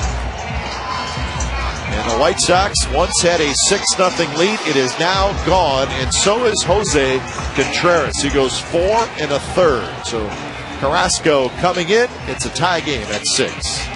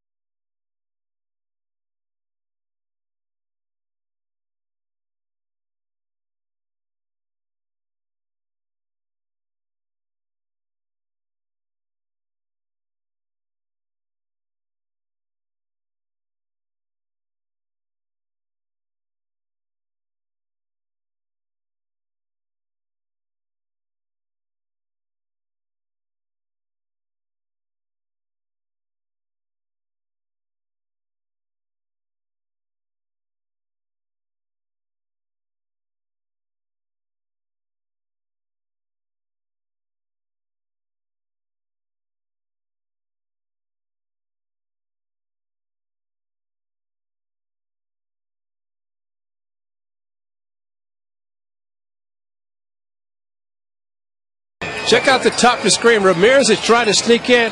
Check in getting back to his position. He's trying to move as quickly as he can. Did not get set up perfectly. And as a result, Rajai Davis got the ball just past him to tie the game. Or Scott Harrison did to score Rajai Davis. But there's no reason for Ramirez to be trying to hold on Rajai Davis because Nick's second base was doing it. Scott Harrison just pulled a home run, pulled another base hit. So Contreras, if he had a shortstop, maybe position, at least holding his position, he had a better chance to get to it instead of trying to run back to get to it. He hadn't done it at all except that time. Carrasco takes over his 38th appearance. Shot fair, right field corner. Hairston headed for third. They're waving him home. Hairston around third. He will score. A's lead 7-6.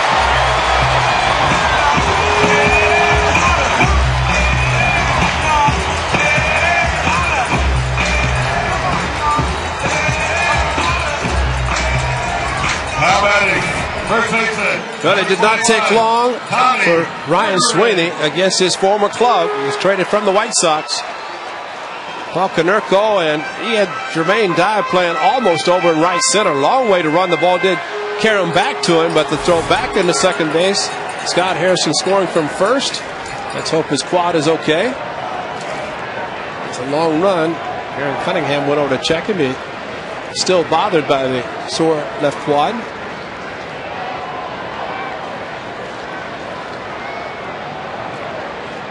So Tommy Everidge with a chance to knock in a run.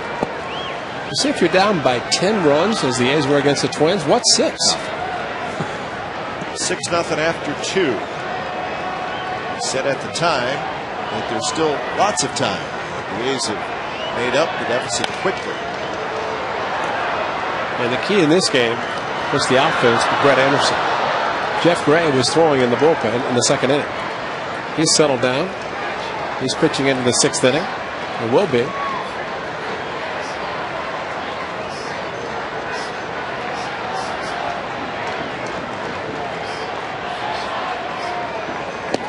Just a bit high. Anderson is getting knocked around early. He has done what a good pitcher does. Settle down. Give your team a chance. 2-2 now to Everidge, who hit into a double play in the second and then was hit by a pitch in the fourth, and he scored a run.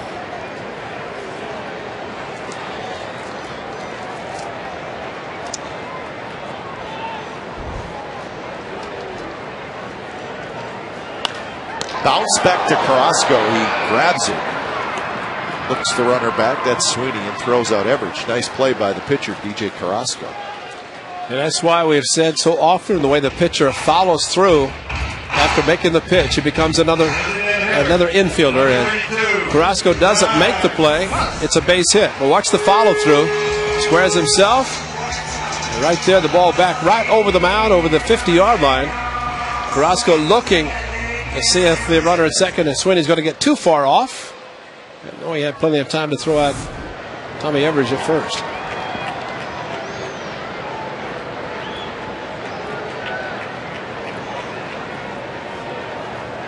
Swing and a miss by Cust. Well, there was a couple big plays in that fourth inning. Plays that were not made by the White Sox defensively. One was the drop fly ball by Rios. That was an error.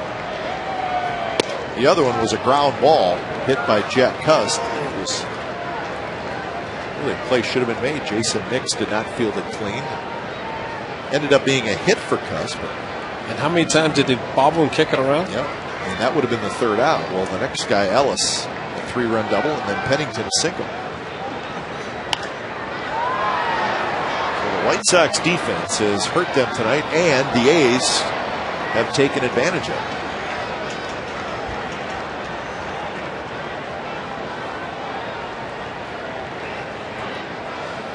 Jack Cust has been sitting on 50 RBIs for a long time. Who knows what would happen if he Gets number 51 here and takes off. He's also been sitting on 16 home runs for a long time. Last home run was July 20th against Minnesota. And you know what that day was, don't you? What? That was the comeback. That was the big comeback. That was the game winner. From Harris, the lefty reliever out of the Twins bullpen. Straightaway center field, back to back. He followed a guy named Matt Holliday with a slam. Holliday in the 7th inning. Cust hit the back-to-back home runs, and miraculous come from behind win by the Athletics. Inside, he walked in. Cust is aboard with 2 outs.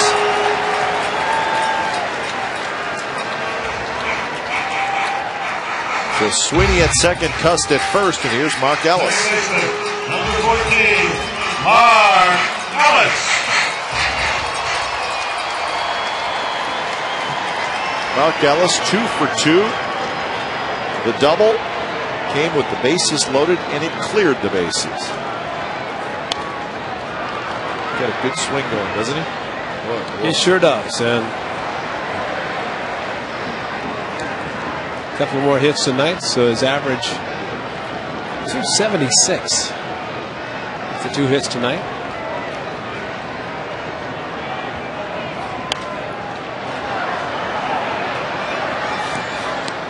This ball from Contreras that Mark Ellis hit.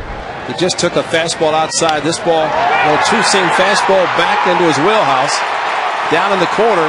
And it's very unusual for a runner from first base to score on a ball down the left field line. That's how quick Jack comes towards him running, be able to score. Strike 3 called on a frisbee slider. A couple of runs for the A's in the bottom of the 5th, so the A's now have the lead. 7-6 after 5.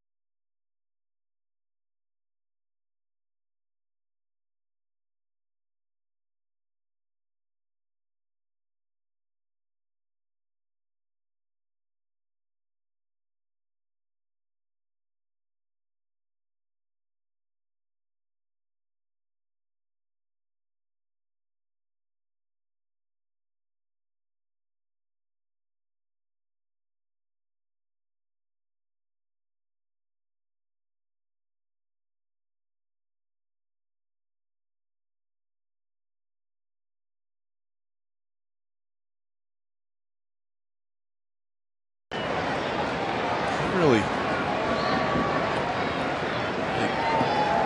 grabs a lot of stuff in a short period of time, work-wise, doesn't he? He spread it out a little bit over the course of the baseball season. He does most of his work in one night. Amazing man, Santa Claus.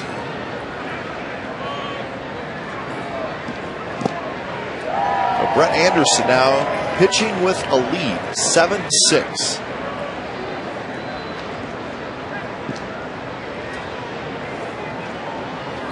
Nix, Castro, and Podsednik, the hitters for the White Sox here in the 6th.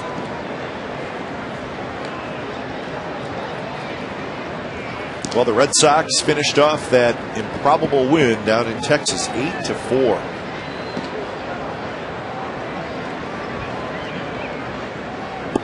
There are losses that hang with the team longer than others. And I say hang with it, not necessarily meaning it's going to affect them tomorrow night, but one that they will think about. But that one will hurt the Rangers. 1 out away from beating the Red Sox. The Red Sox score 6 times in the 9th inning.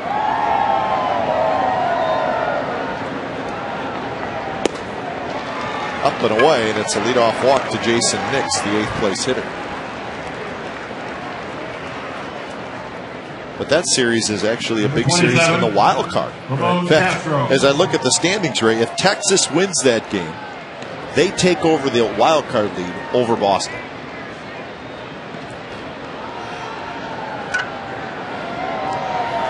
Bob Geren wanted to know if Brad Ziegler's ready.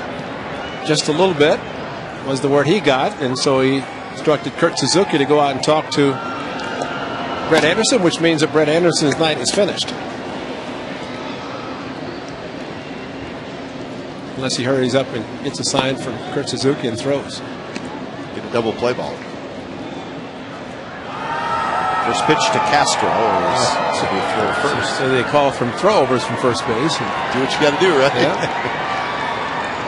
I guess he's going to at least let him pitch to Castro and see what happens. He does have the only left-hander in the on-deck circle. Fastball for a strike to Castro.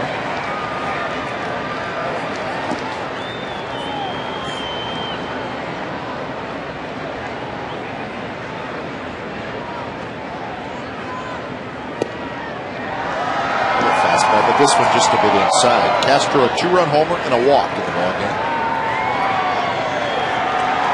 Well, the best thing here is a ground ball to get 2. Yes, Podsednik can finish it with 6 innings. 2 and 1.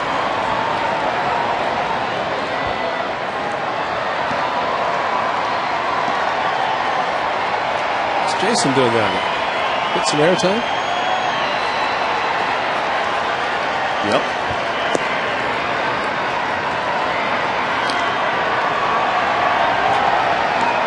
Well, actually, Jay Marshall and Brad Ziegler, they got the 2 submariners throwing. Lefty righty.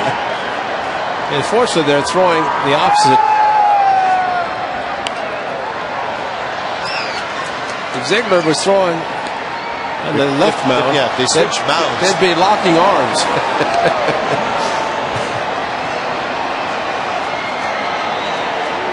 Check this out. There you go. There's from that side and that side. Couldn't do it.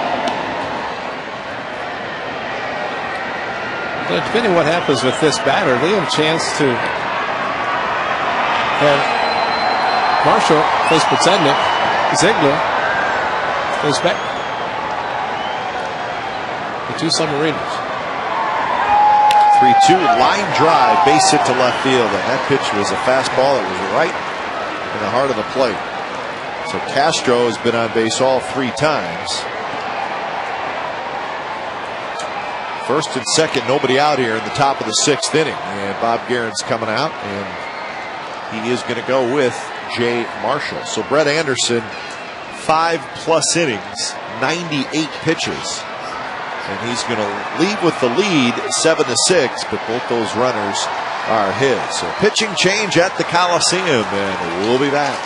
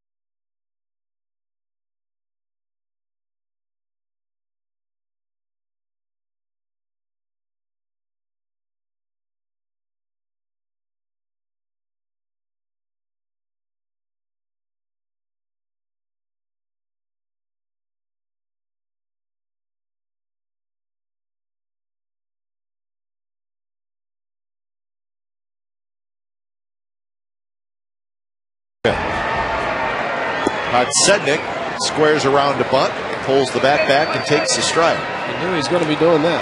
Anderson 5+.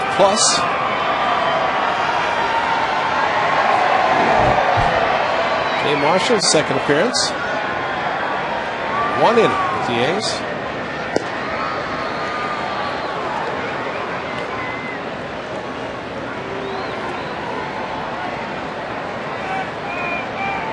Nix is the runner at second, Castro at first. Sednick with great speed, so Castro might be the slowest on the field. Podsednik, a good bunt. Kennedy picks it up, throws to first in time to get the speedy Podsednik. Sacrifice, nicely done by Podsednik to get the runners into scoring position, and Bob Guerin's coming out.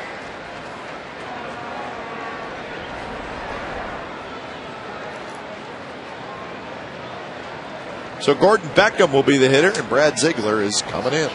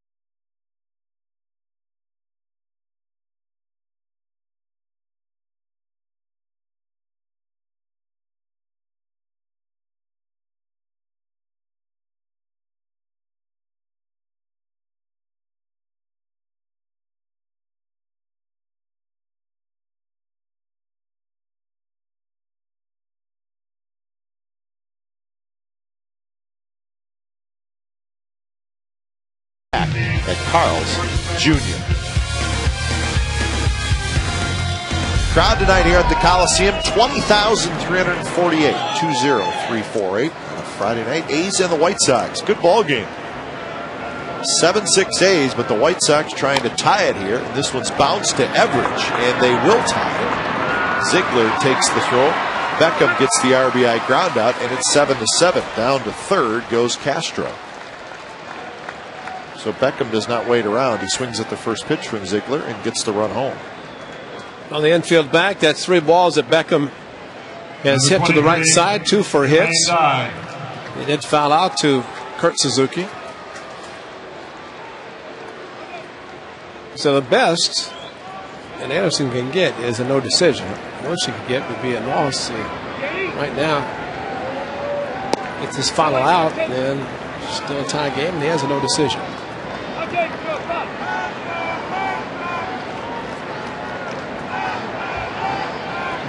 Jermaine Dad's father. Seen him here many times. Yep. Usually see him wearing an A's cap. Not tonight.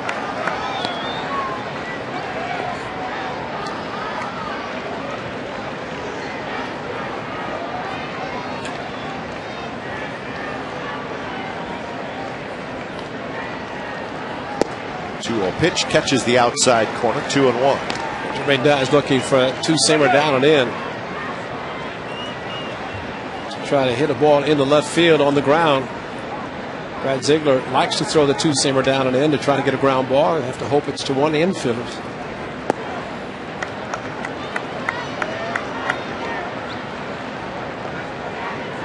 So 3-1 with Paul Konerko waiting in the on-deck circle.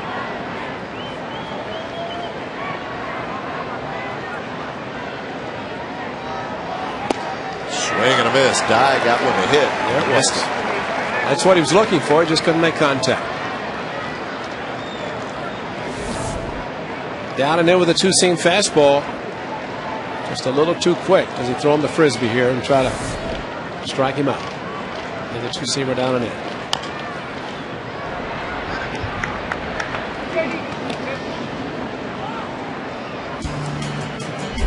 One of these days, Jermaine Dye. Very good defensive right fielder. Came up with some big hits.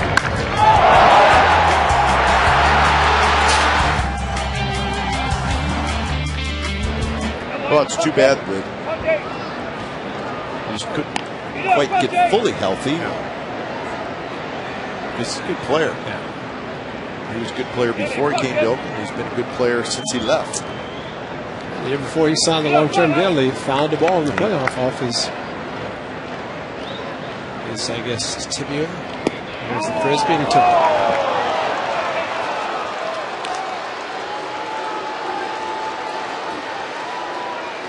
Second walk in the inning. The first one was a leadoff walk, and that was Jason Nixon. He has scored. Paul Konerko.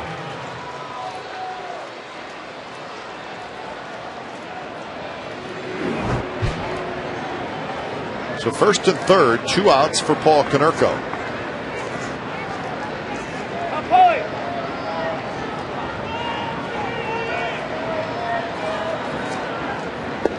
Inside to Konerko.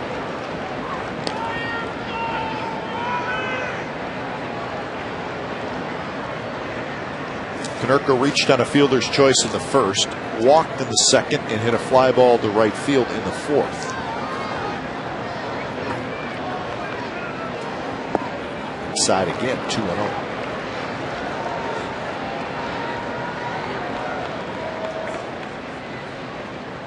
Yankees and the Mariners are tied 2-2. That game in the 7th inning.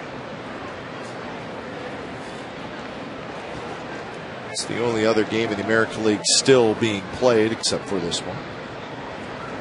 That's a 4-game series between those two teams. Yankees won last night 11-1.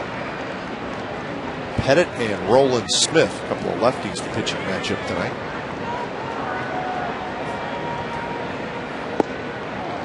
Missed inside, 3-0.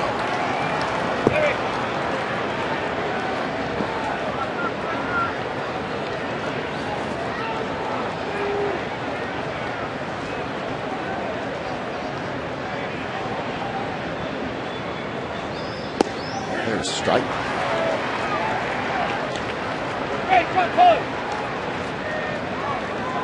Each team with 9 hits, each team with 7 runs. White Sox have made 2 errors in the game.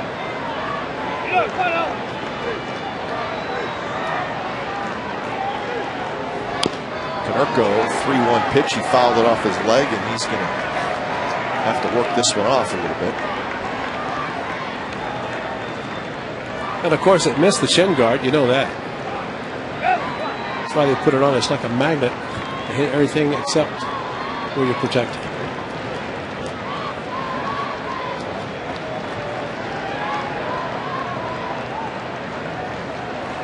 We're told that it did hit it, so it must have really been hit hard. Let's think what would have happened had he not had the shin guard. That's where Jermaine died. I was going to say, that's Jermaine dies. He did not wear the shin guard and fractured it.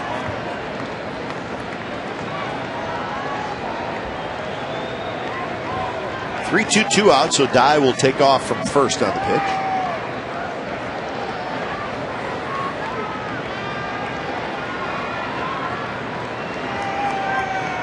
There he goes. And Konerko bounces one. Everidge gets a big hop. He'll flip to Ziegler, side retired. A run for the White Sox, so we go to the bottom of the 6th inning, and we are all tied at 7.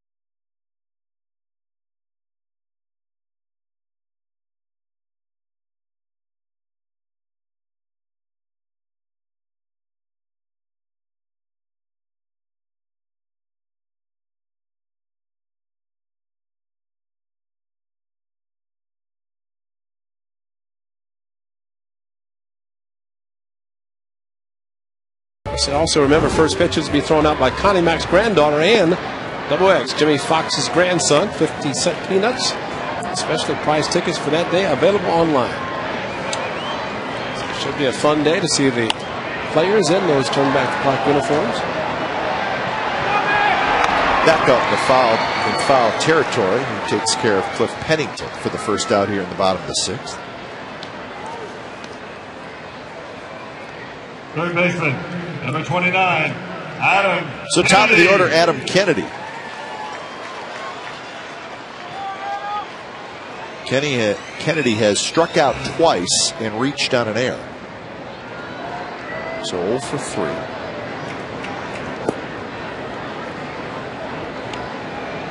DJ Carrasco got the final 2 outs in the 5th inning.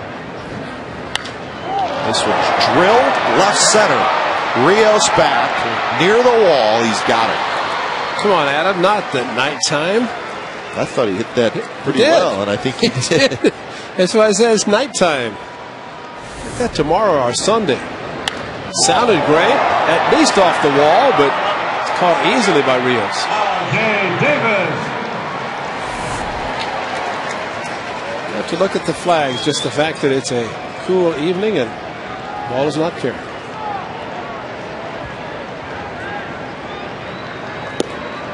A little bit outside to Rajai Davis. Davis is 1 for 3. He singled, stole a base, and scored a run in the 5th. The stolen base for Davis was his 23rd of the year, so he's just a couple away from the number he had last year.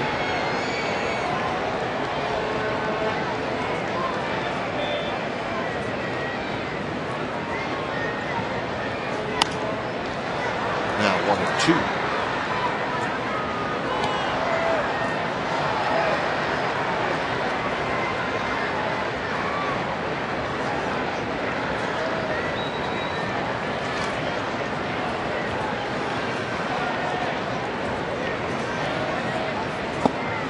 Carrasco tries to drop down, and pitch stays inside.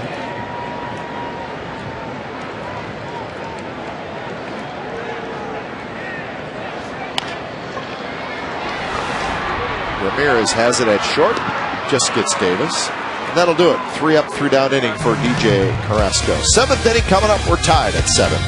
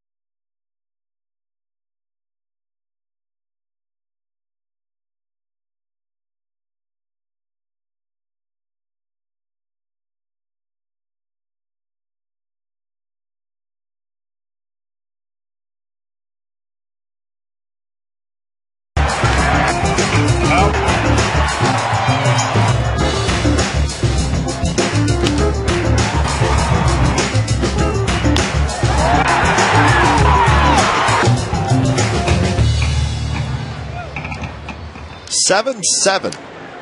And we've reached the 7th inning. Ed Ziegler faces Alex Rios, Carlos Quentin, Alexi Ramirez. 3 right-handed hitters for the White Sox. White Sox scored 2 in the first. They scored 4 in the 6th.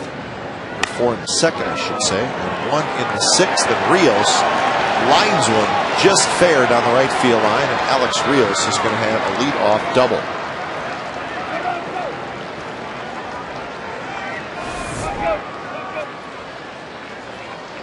Just sliced it, and unfortunately for the A's, just inside the line. No chalk, but just barely inside. Ryan Sweeney, good job to keep the ball from rolling around down in the corner.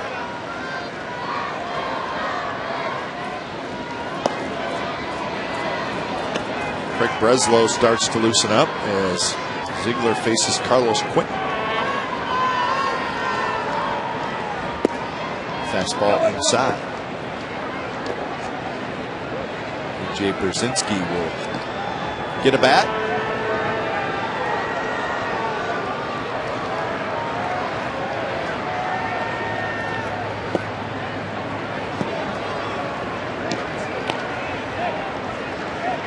So Brzezinski, a left-handed hitter on the bench. Jim Thome, a left-handed hitter on the bench. There's another guy that we recognize on the bench. Mark Kotsay. So 3 left-handed hitters on the White Sox bench right now. Quentin slices one foul. There's Mark. He's with the Red Sox earlier this year. He was traded. Wayne Elder plays center field as Kotsay's corner is still here at the Coliseum. But Hawk Elson said he's played an outstanding first base too. He has become, and he is a very good first baseman. He's healthy, and that's the most important thing. Quentin shoots another one foul to the right side. One of our favorites too. One of the real good guys in Major League Baseball, Mark Kotsay.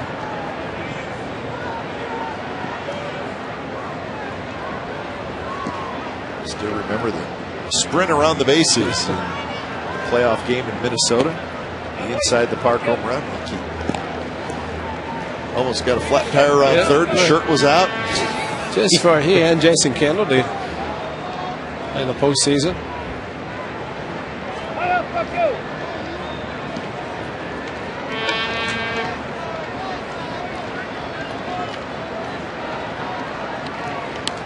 Pitch, fouls it back. Good battle here. Yeah, with 2 strikes, Quentin trying to hit the ball to the right side. Ziegler staying inside with a 2-seam fastball and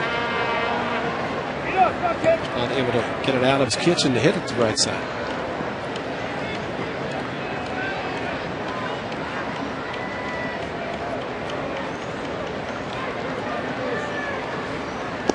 Strike 3 call. The slider catches the outside corner. Quentin strikes out. Took a little off the slider and it froze Quentin. And right there, a perfect strike. Quentin thought it was ball 4, but boy, that was right on the corner, catching the corner. Doesn't matter which one, front or back. You got it.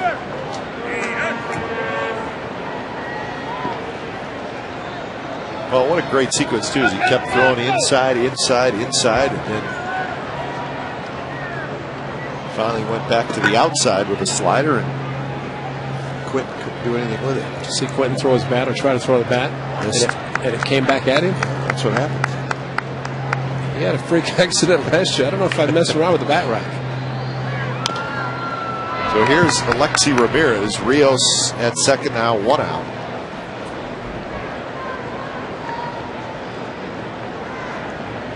You can do it. Let's go. Okay, there. Let's go.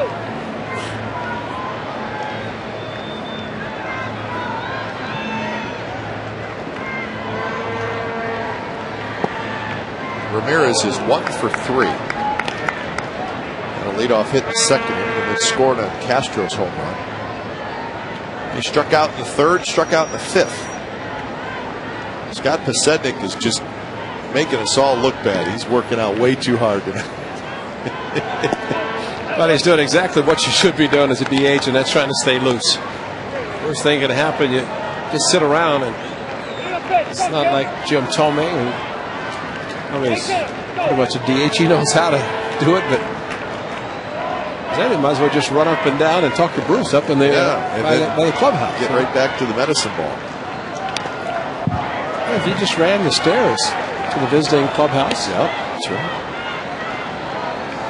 Bruce, again, has got the rail there for the down level people to walk down. He could move those to the side. He's ready to go, man.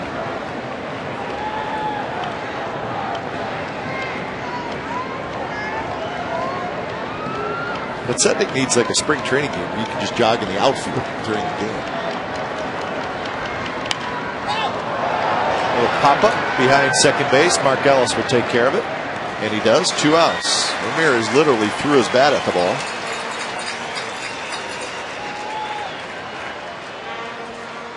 Got a good slider. Number 5, Jason Nix.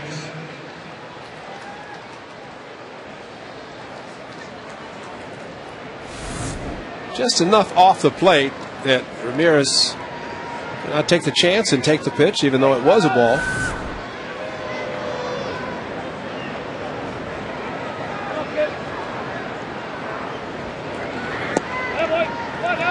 Saw a highlight tonight where Vladimir Guerrero swung at a pitch that bounced out in front of home plate. And I kid you not, right? It bounced about a foot in front of home plate.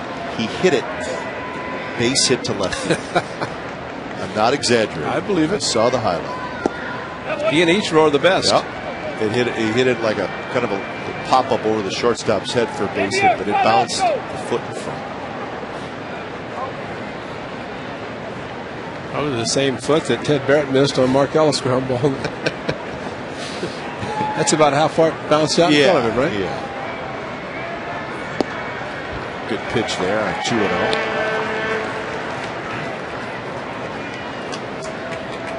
Nix is 0 for 2, but he walked and scored in the 6th. There's the lead runner. It's Alex Rios, but he had a leadoff double and he has not moved. Quinton struck out. Ramirez popped out.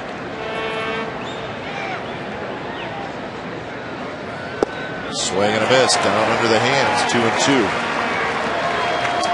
What's amazing, Red Ziegler to the right-handers has stayed in that same area down and in, and you can think about it all you want, but you try to open up.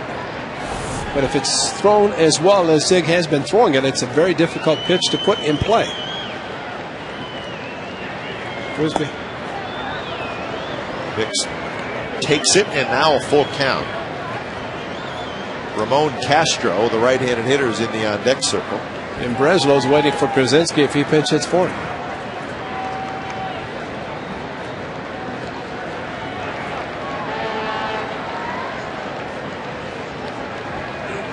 Swing and a miss. He struck him out. Nix fires his bat, and the White Sox leave the go-ahead run at second base.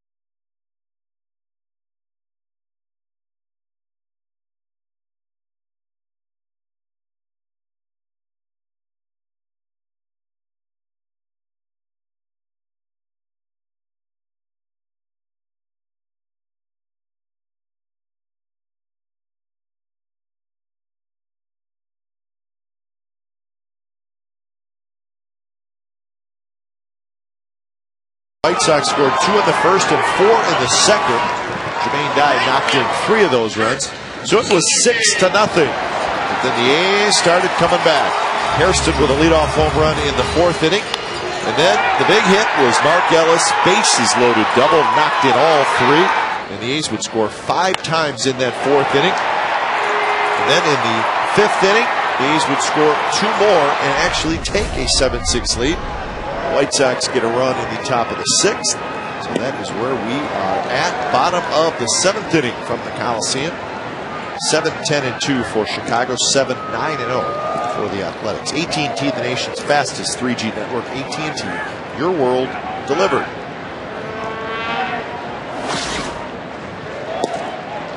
Carrasco had a 3-up, 3-down inning in the 6th.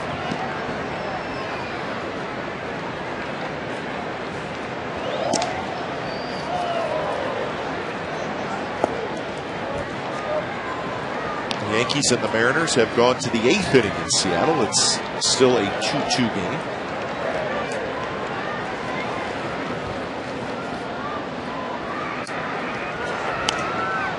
The White Sox knew before this game started that the team they're chasing, the Detroit Tigers, won their game. Tigers got a walk-off home run by Brandon Inge.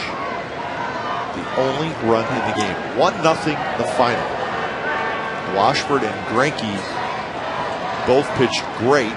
Neither got a decision in the game. Rios on the move into right center, and he tracks it down. It's just like the Rangers. They knew the Angels had lost. Angels lost big time in Baltimore. 16-6, the Orioles. Number 12, 19 hits for Baltimore. Hairston.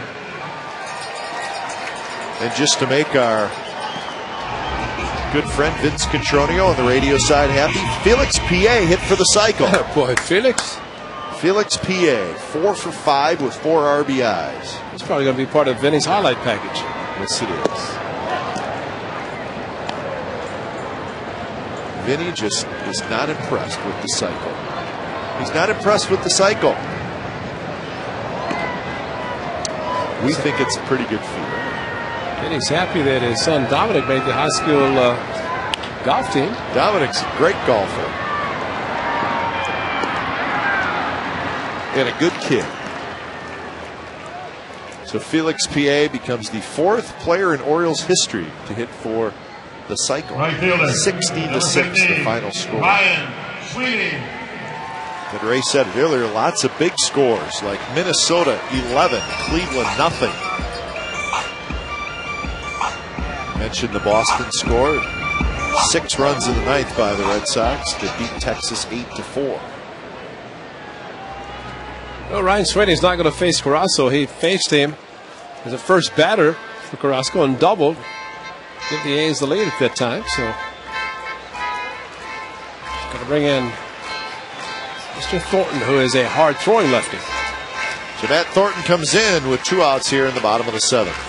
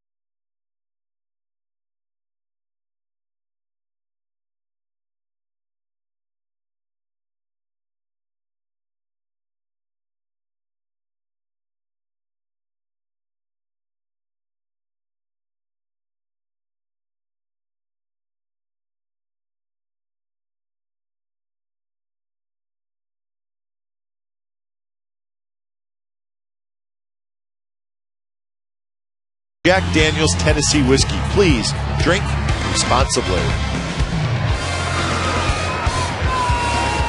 Matt Thornton comes in the game. Lefty versus lefty as he faces Ryan Sweeney. 2 outs here in the bottom of the 7th. 7-7 game. DJ Carrasco does a nice job out of the bullpen. 2 1/3 innings, gives up just 1 hit, 1 walk, 1 strikeout. Well, Thornton will warm it up. He can throw in the mid-90s. Ramirez handles the hot shot from Sweeney. Side retired. 8th inning coming up. We're still tied at 7.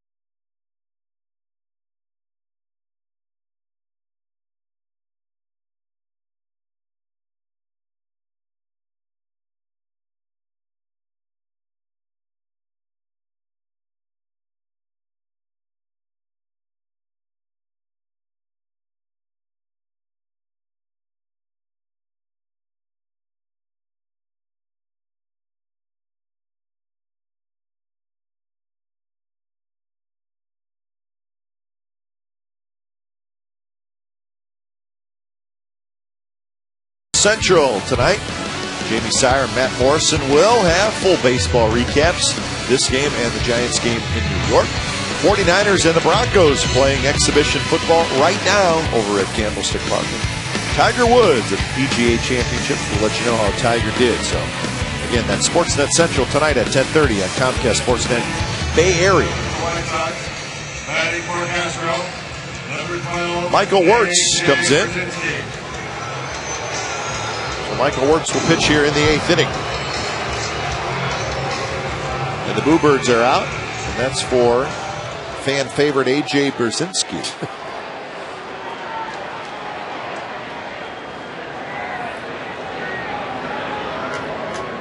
So Wirtz will face Brzezinski, who's pinch hitting for Castro.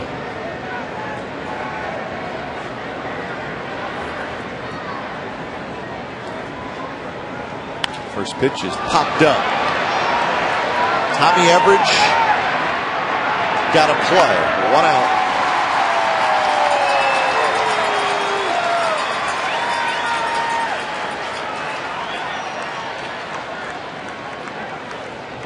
Number 22, Sean Podsednik. Like him a little less, huh? Yes. That's what Ozzie said. Top of the order, Scott Podsednik.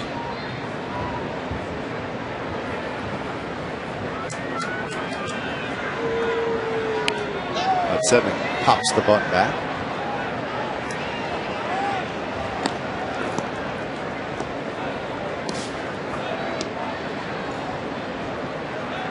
Brad Ziegler goes an inning and 2/3.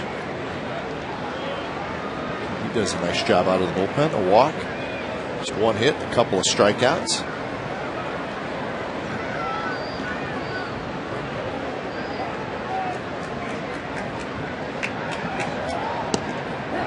In there for a strike, and it's a quick 0-2 to Podsednik. Looks to get me over strike is O.D. Octavio Dotel gets loose. He with a good fastball.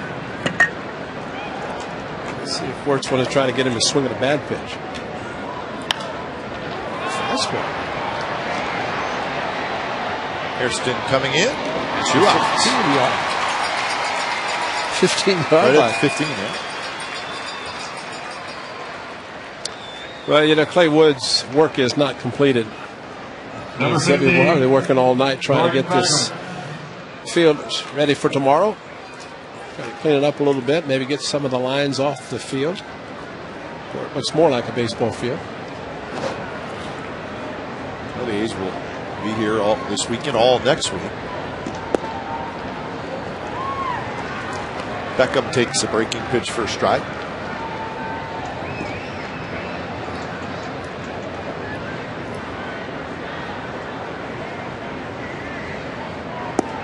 Another breaking pitch, another strike. Quick 0-2. Beckham is 2 for 4 with an RBI and a couple of runs scored in the game.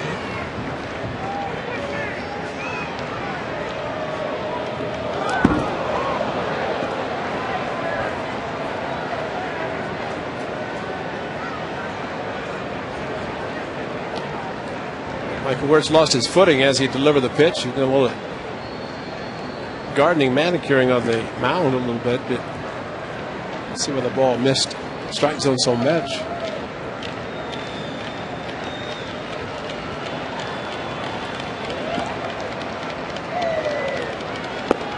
Slider outside to even the count at 2-2. Bottom of the 8th, the A's will have Everidge, Cust, and Ellis scheduled hitters.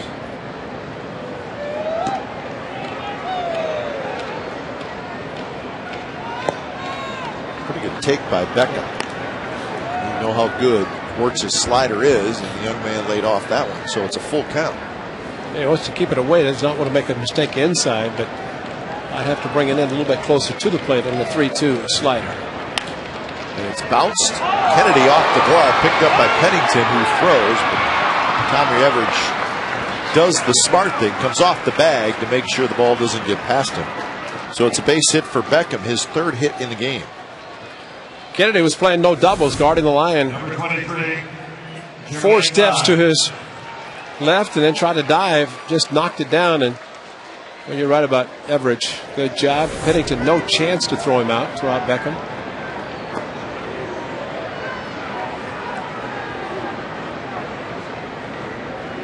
So here's Jermaine Dye. Kennedy guarding the line again, and again the huge hole between 3rd and short. Just off the plate to Dye. Good night for Dye. 2 for 3. 2 singles, a walk, and 3 RBIs, giving him 70 on the year.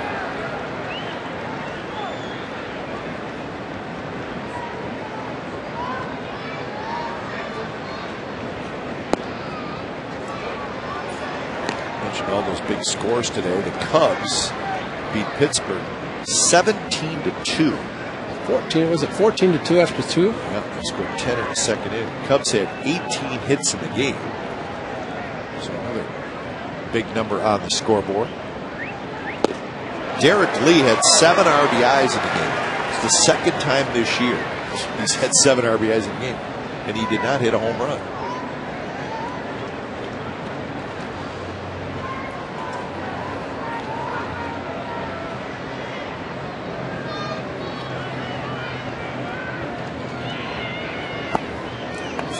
Now to Jermaine Dye. There were some shutouts tonight as well. The Mets shut out the Giants 3-0. Washington shut out Cincinnati 2-0. Twins shut out the Indians 11-0. And that 1-0 Detroit game over Kansas City.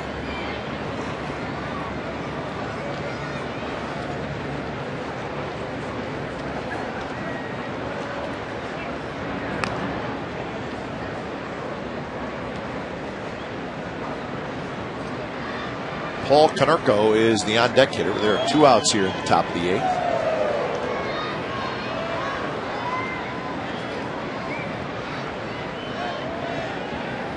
Swing and a miss. Dye got a fastball and he missed it.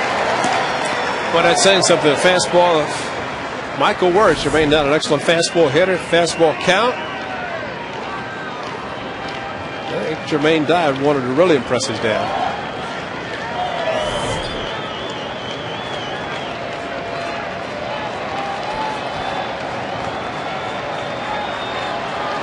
Beckham takes off. Slider got him swinging. You know he's going to do it. So a 2-out hit by Beckham, nothing else. Bottom of the 8th coming up. We're tied at 7.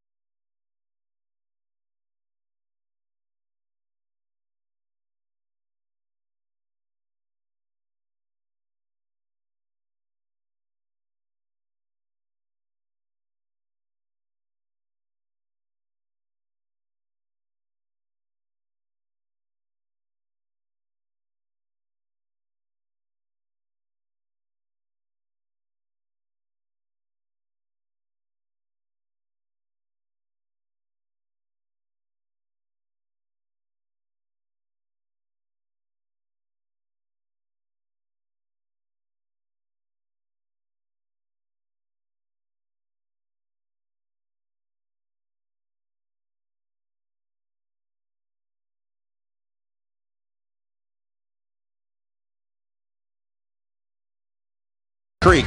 Cache Creek's Heat Wave of Cash. $25,000 in cash each Friday through Sunday. Visit cashcreek.com for details.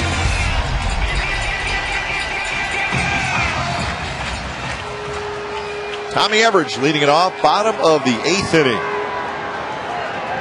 7-7 game. Matt Thornton got Ryan Sweeney for the final out in the bottom of the 7th. There's Omar Garcia-Parra, who's come out. There's Jack Cuss spot in the lineup. Strike to Everidge on the inside corner, 1-1.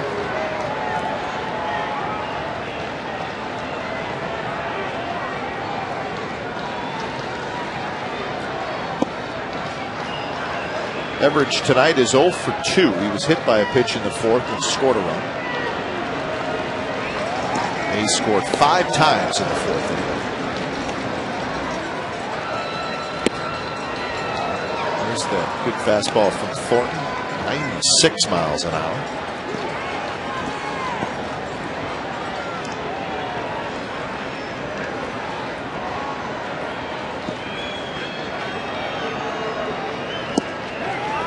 And the pitch down around the knees with a fastball, strike 3 called.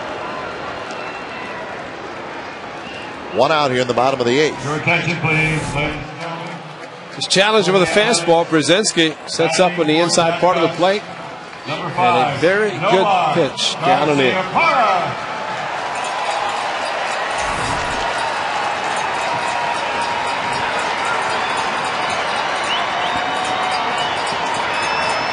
So Garcia-Parra will hit.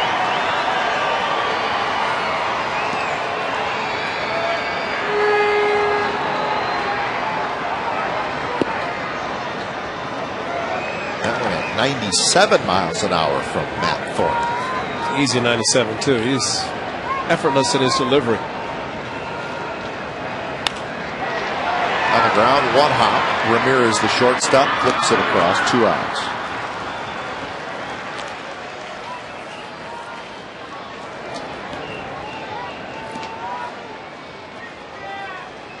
Now batting, second baseman, number 14, Mark Ellis. So Mark Ellis hits with 2 outs.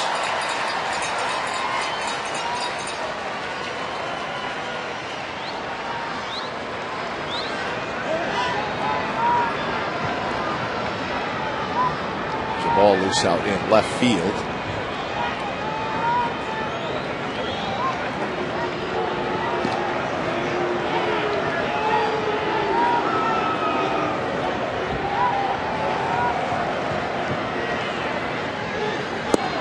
talking about Matt Thornton. He was actually a first-round draft pick of the Seattle Mariners.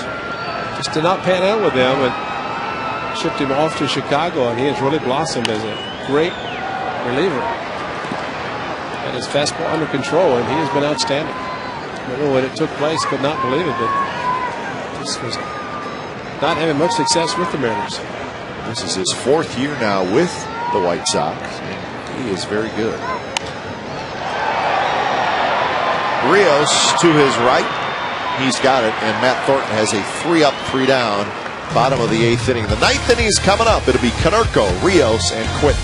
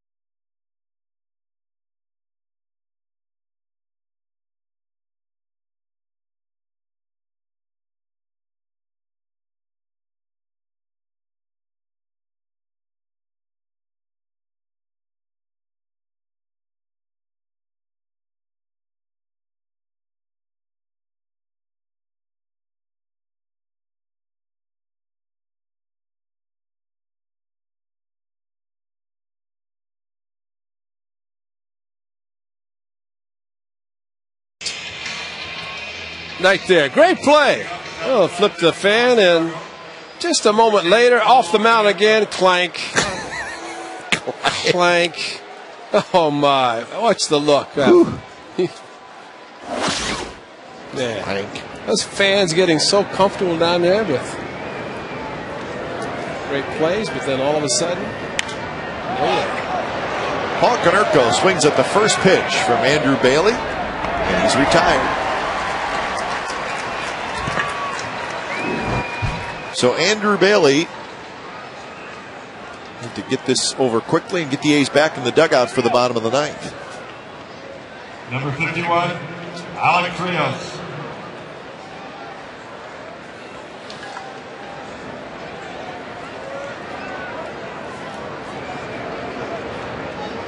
First pitch to Rios, fastball for a strike.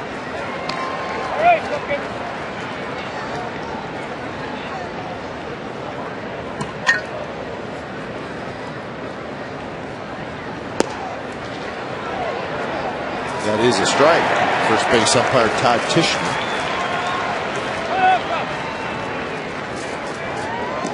Bailey got the save on Wednesday in Baltimore. That was the A's 6-3 win. Pennington, they have to hurry, throws, and the throw a little wide, but Everidge keeps his foot on the bag. Rios is out, 2 outs. Tomorrow the A's will host the White Sox 105, and after the game, fans are invited to meet Andrew Bailey. He'll be at Massey's Billiards Bar and Grill, 2721 North Main Street in Walnut Creek. Good chance to meet Andrew, and he'll sign autographs, take pictures with fans 1 hour following the game. Saturday, August 15th, that's tomorrow after the A's White Sox game, which is at 105. Meet Andrew Bailey at Massey's Billiards Bar and Grill in Walnut Creek.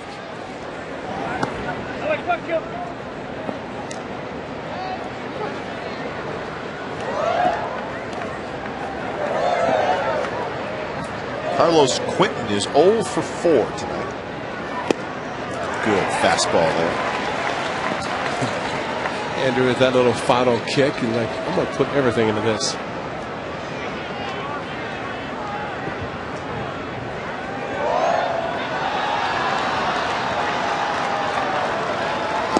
Good breaking pitch, 1-2.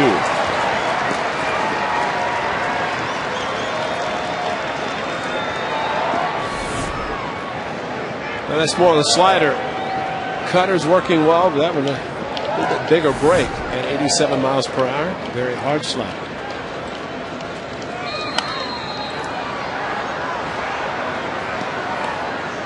Well, Mark Teixeira has just hit a solo home run in the top of the 9th inning up in Seattle. So the Yankees have taken a 3-2 lead in the 9th. He's having an MVP type year. 2-2 now to Carlos Quentin. I think they signed him, paid him a lot of money to be an MVP. Yep.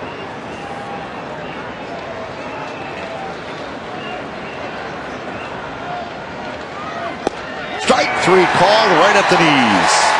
Carlos Quentin is 0 for 5. The A's will try to win it in the bottom of the 9th.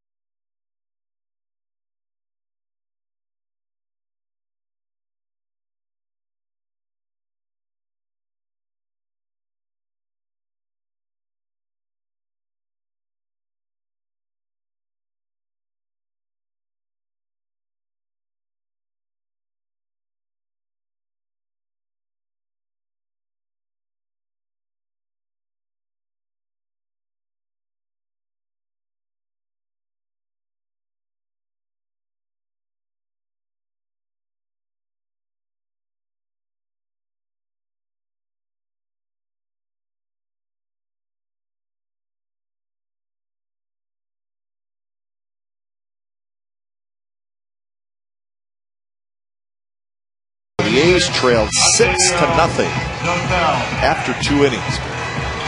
A's have battled back. The White Sox are going to bring in their 4th pitcher of the night, Octavio Dotel. 55 strikeouts in 44 innings for Dotel and a good ERA of 2.82. A couple appearances against the A's in Chicago. One not so good. 2/3 of an inning. The 7-0 win by the A's. Aaron Cunningham took him deep. Look at that long shot on the slider. A's knocked him around pretty good that night. So Pennington, followed by Kennedy, and then Davis.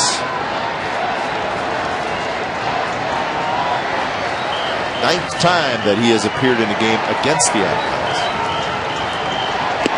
There's that high fastball, swing and a miss, 1-2. Sets the walk to Jack Cust in the 5th inning. The A's in a base run.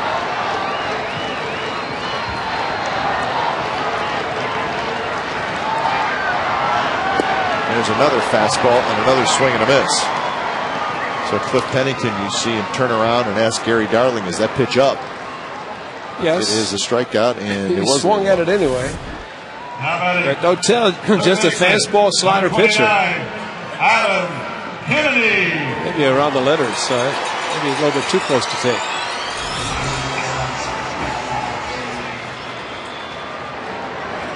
Top of the order, and Adam Kennedy looking for his first hit tonight. He has been on base once. He reached on an error. So 0 for 4. A couple of strikeouts and a fly ball to center field.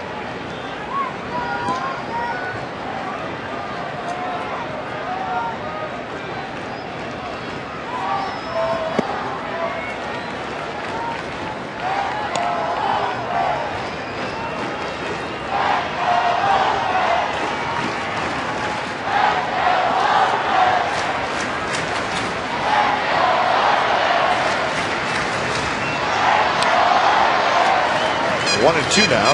Kennedy got a fastball to hit. Fouled it back.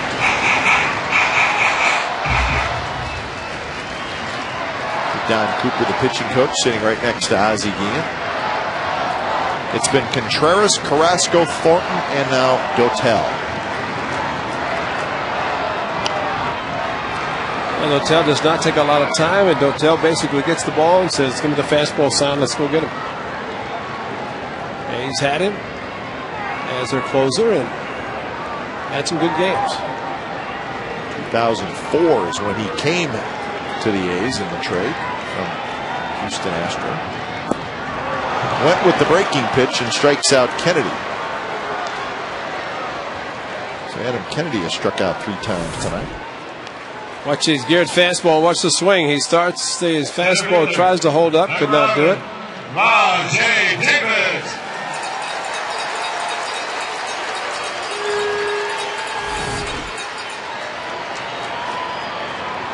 Rajay Davis steps in, 12 in a row. Been retired by the White Sox pitchers. Last time the A's had a base runner was Jack Huss' 2-out walk in the 5th inning.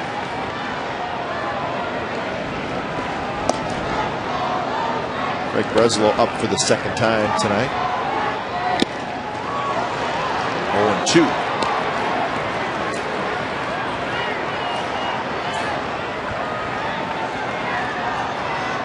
Davis 1 for 4.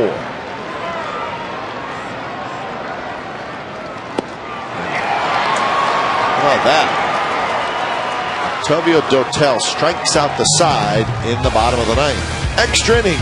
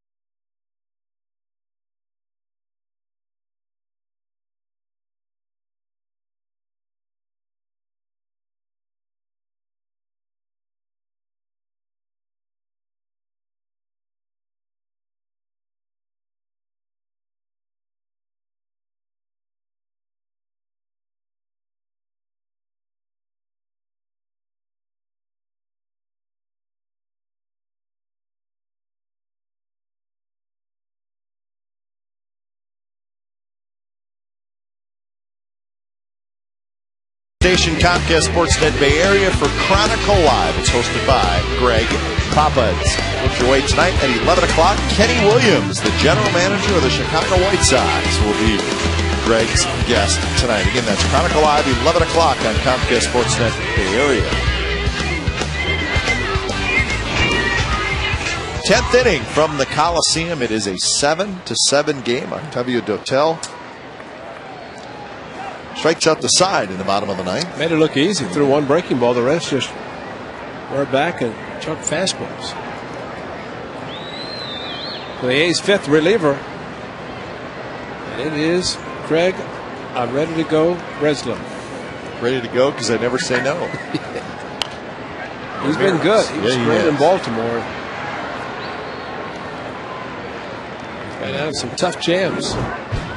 A good addition. 59th appearance, and he still leads the American League in that category.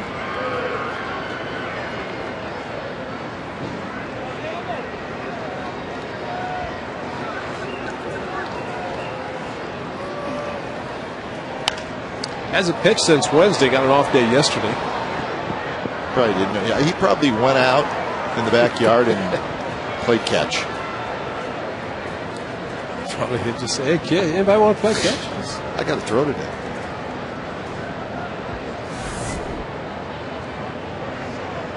Whoa.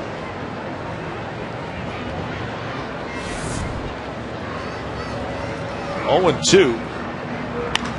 And that one's driven to left. And that baby's going to be out of here.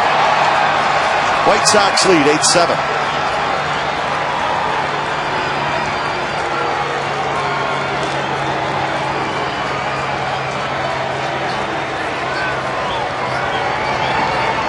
So Alexi Ramirez, home run number 14 on the year. Made a mistake with a breaking ball. Got ahead. And tried to go the breaking ball inside, and he hung it in the middle of the plate. And Ramirez, who has hit some big home runs and some grand slams for the White Sox. This one in the 10th inning. Back-to-back extra inning games for the White Sox. A's hope it does not end with 10.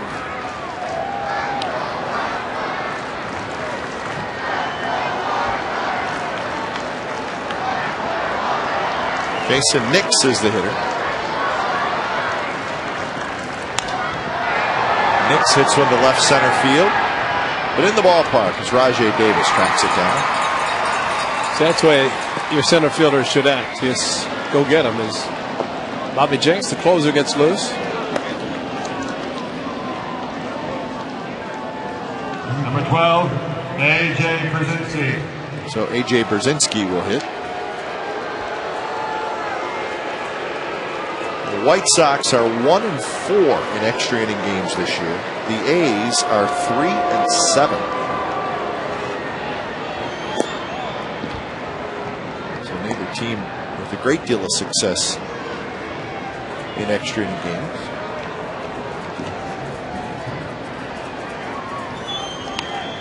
Brzezinski, big swing, and fouls it back 1-1.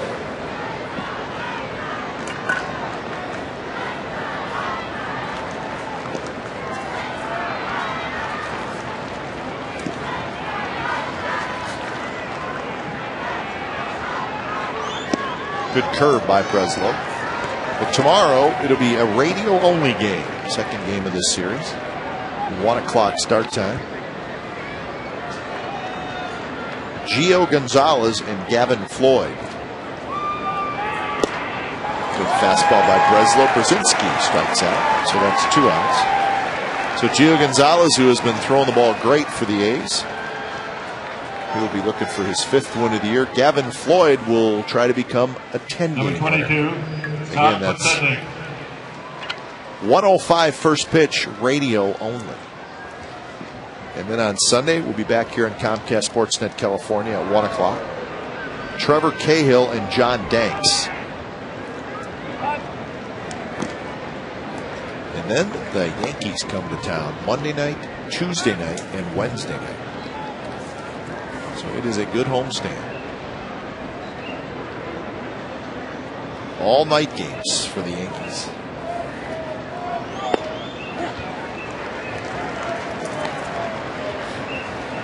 See Andy Pettitte pitch tonight for New York. Friday night, Saturday, Sunday, Monday, Tuesday. So I guess they would line Pettitte up to pitch Wednesday, but we have not seen any official pitching matchups for the A's Yankees series.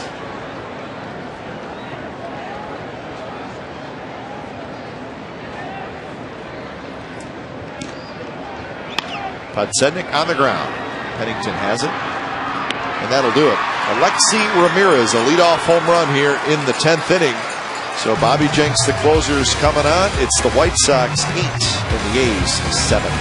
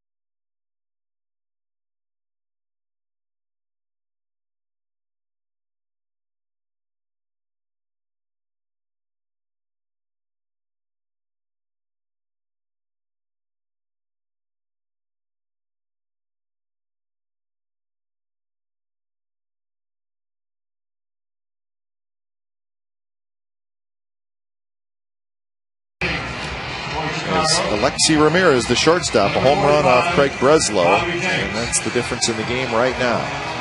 Dwayne Wise comes in the game. And Dwayne Wise will play left field. So a new left fielder and a new pitcher, Bobby Jenks, the big guy, looking for save number 24 on the year. First appearance against the A's this year. He did not come in one game in Chicago. So he's trying to get to him tonight. Well, that was in early June. The A's took 3 out of 4 in Chicago. So Suzuki to lead it off against Jenks. First pitch, outside corner strike. Basically mid-90s fastball, curveball, slider, and changeup, but mostly just airs it out.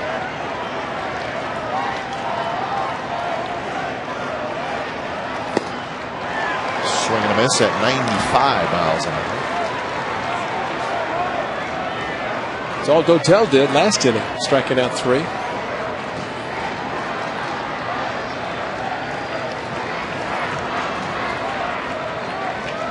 Suzuki is 0 for 4 in the game. Make it 0 for 5 on the foul tip. 4 consecutive A's hitters have struck out. Left fielder, number 12. Well, just outside and tailing back over the corner. And really, there's no reason to mess around with any other pitch. So here's Scott Hairston. Scott Hairston turned around a Josh Beckett fastball in Boston. See if he can come close again. There's a strike. See Jenks and Brzezinski working the outside part of the plate, not giving right-handed hitter a chance to pull the ball unless they can go out and grab a 95 and pull it.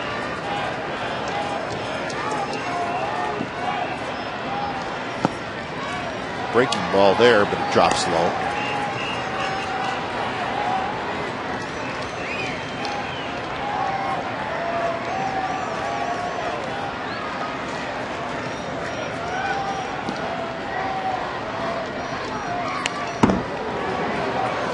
Hairston to go along with the home run in the 4th and RBI single in the 5th. So 2 for 4 with a couple of RBIs.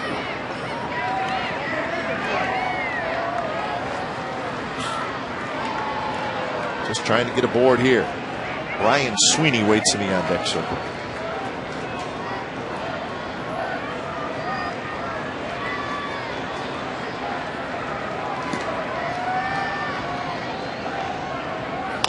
Curveball bounced. Beckham reaches down, grabs it before he gets the in-between hop. So 5-3 on the putout. 2 outs here in the bottom of the 10th. Looked like he's trying to guard the line a little bit, but Beckham charged it, got a little good hop, and made an easy throw.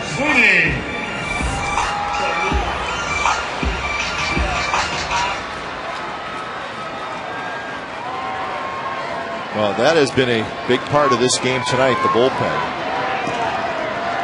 See, 5 1/3 innings pitched, 0 hits. A's have not had a hit since the 5th inning. The last 15 A's hitters have been retired.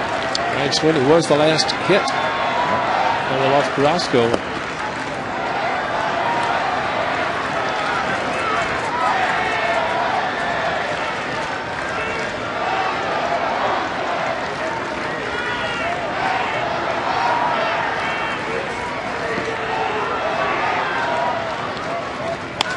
Line drive, base hit to left field. A's stay alive. Sweeney gets a hit. That is his 3rd hit of the ball game. And it was ball 3.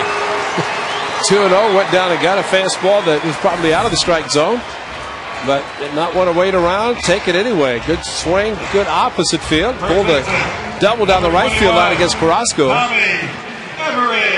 See if Tommy Tab can keep it going with his right field stroke. Good time to do it with a good fastball from The hard throwing Bobby Jenks.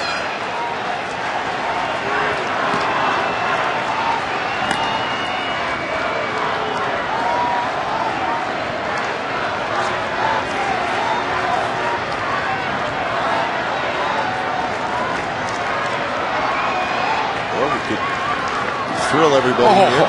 Even better. I know what you're going to say.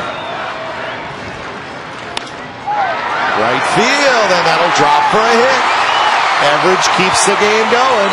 Drops a single into right field, his first hit. Bobby Crosby's going to run for him, and Nomar Garciaparra, who's in as a DH for Jack Cuss, gets another chance.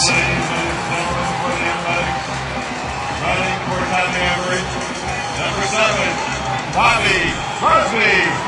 Now the fastball away from Jenks, and just excellent hitting by Tommy Everidge. We have seen him do that a lot this year, and especially late in games. Now batting, number 5, Nomar Garciaparra. So here's Garciaparra, his second at bat in the game. First at bat was in the 8th inning. He pinch hit for Cuss, and he grounded out to short.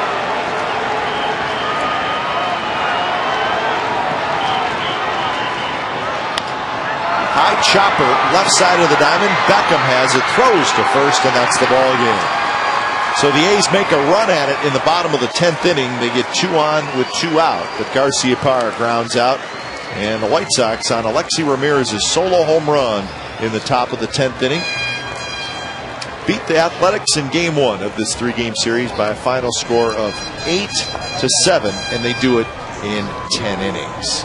Remember, radio only tomorrow for Game 2 of this series. 8-7 is the final tonight. Don't go away. A's post-game live with Mindy Bach and Shooty Babbitt starts right now.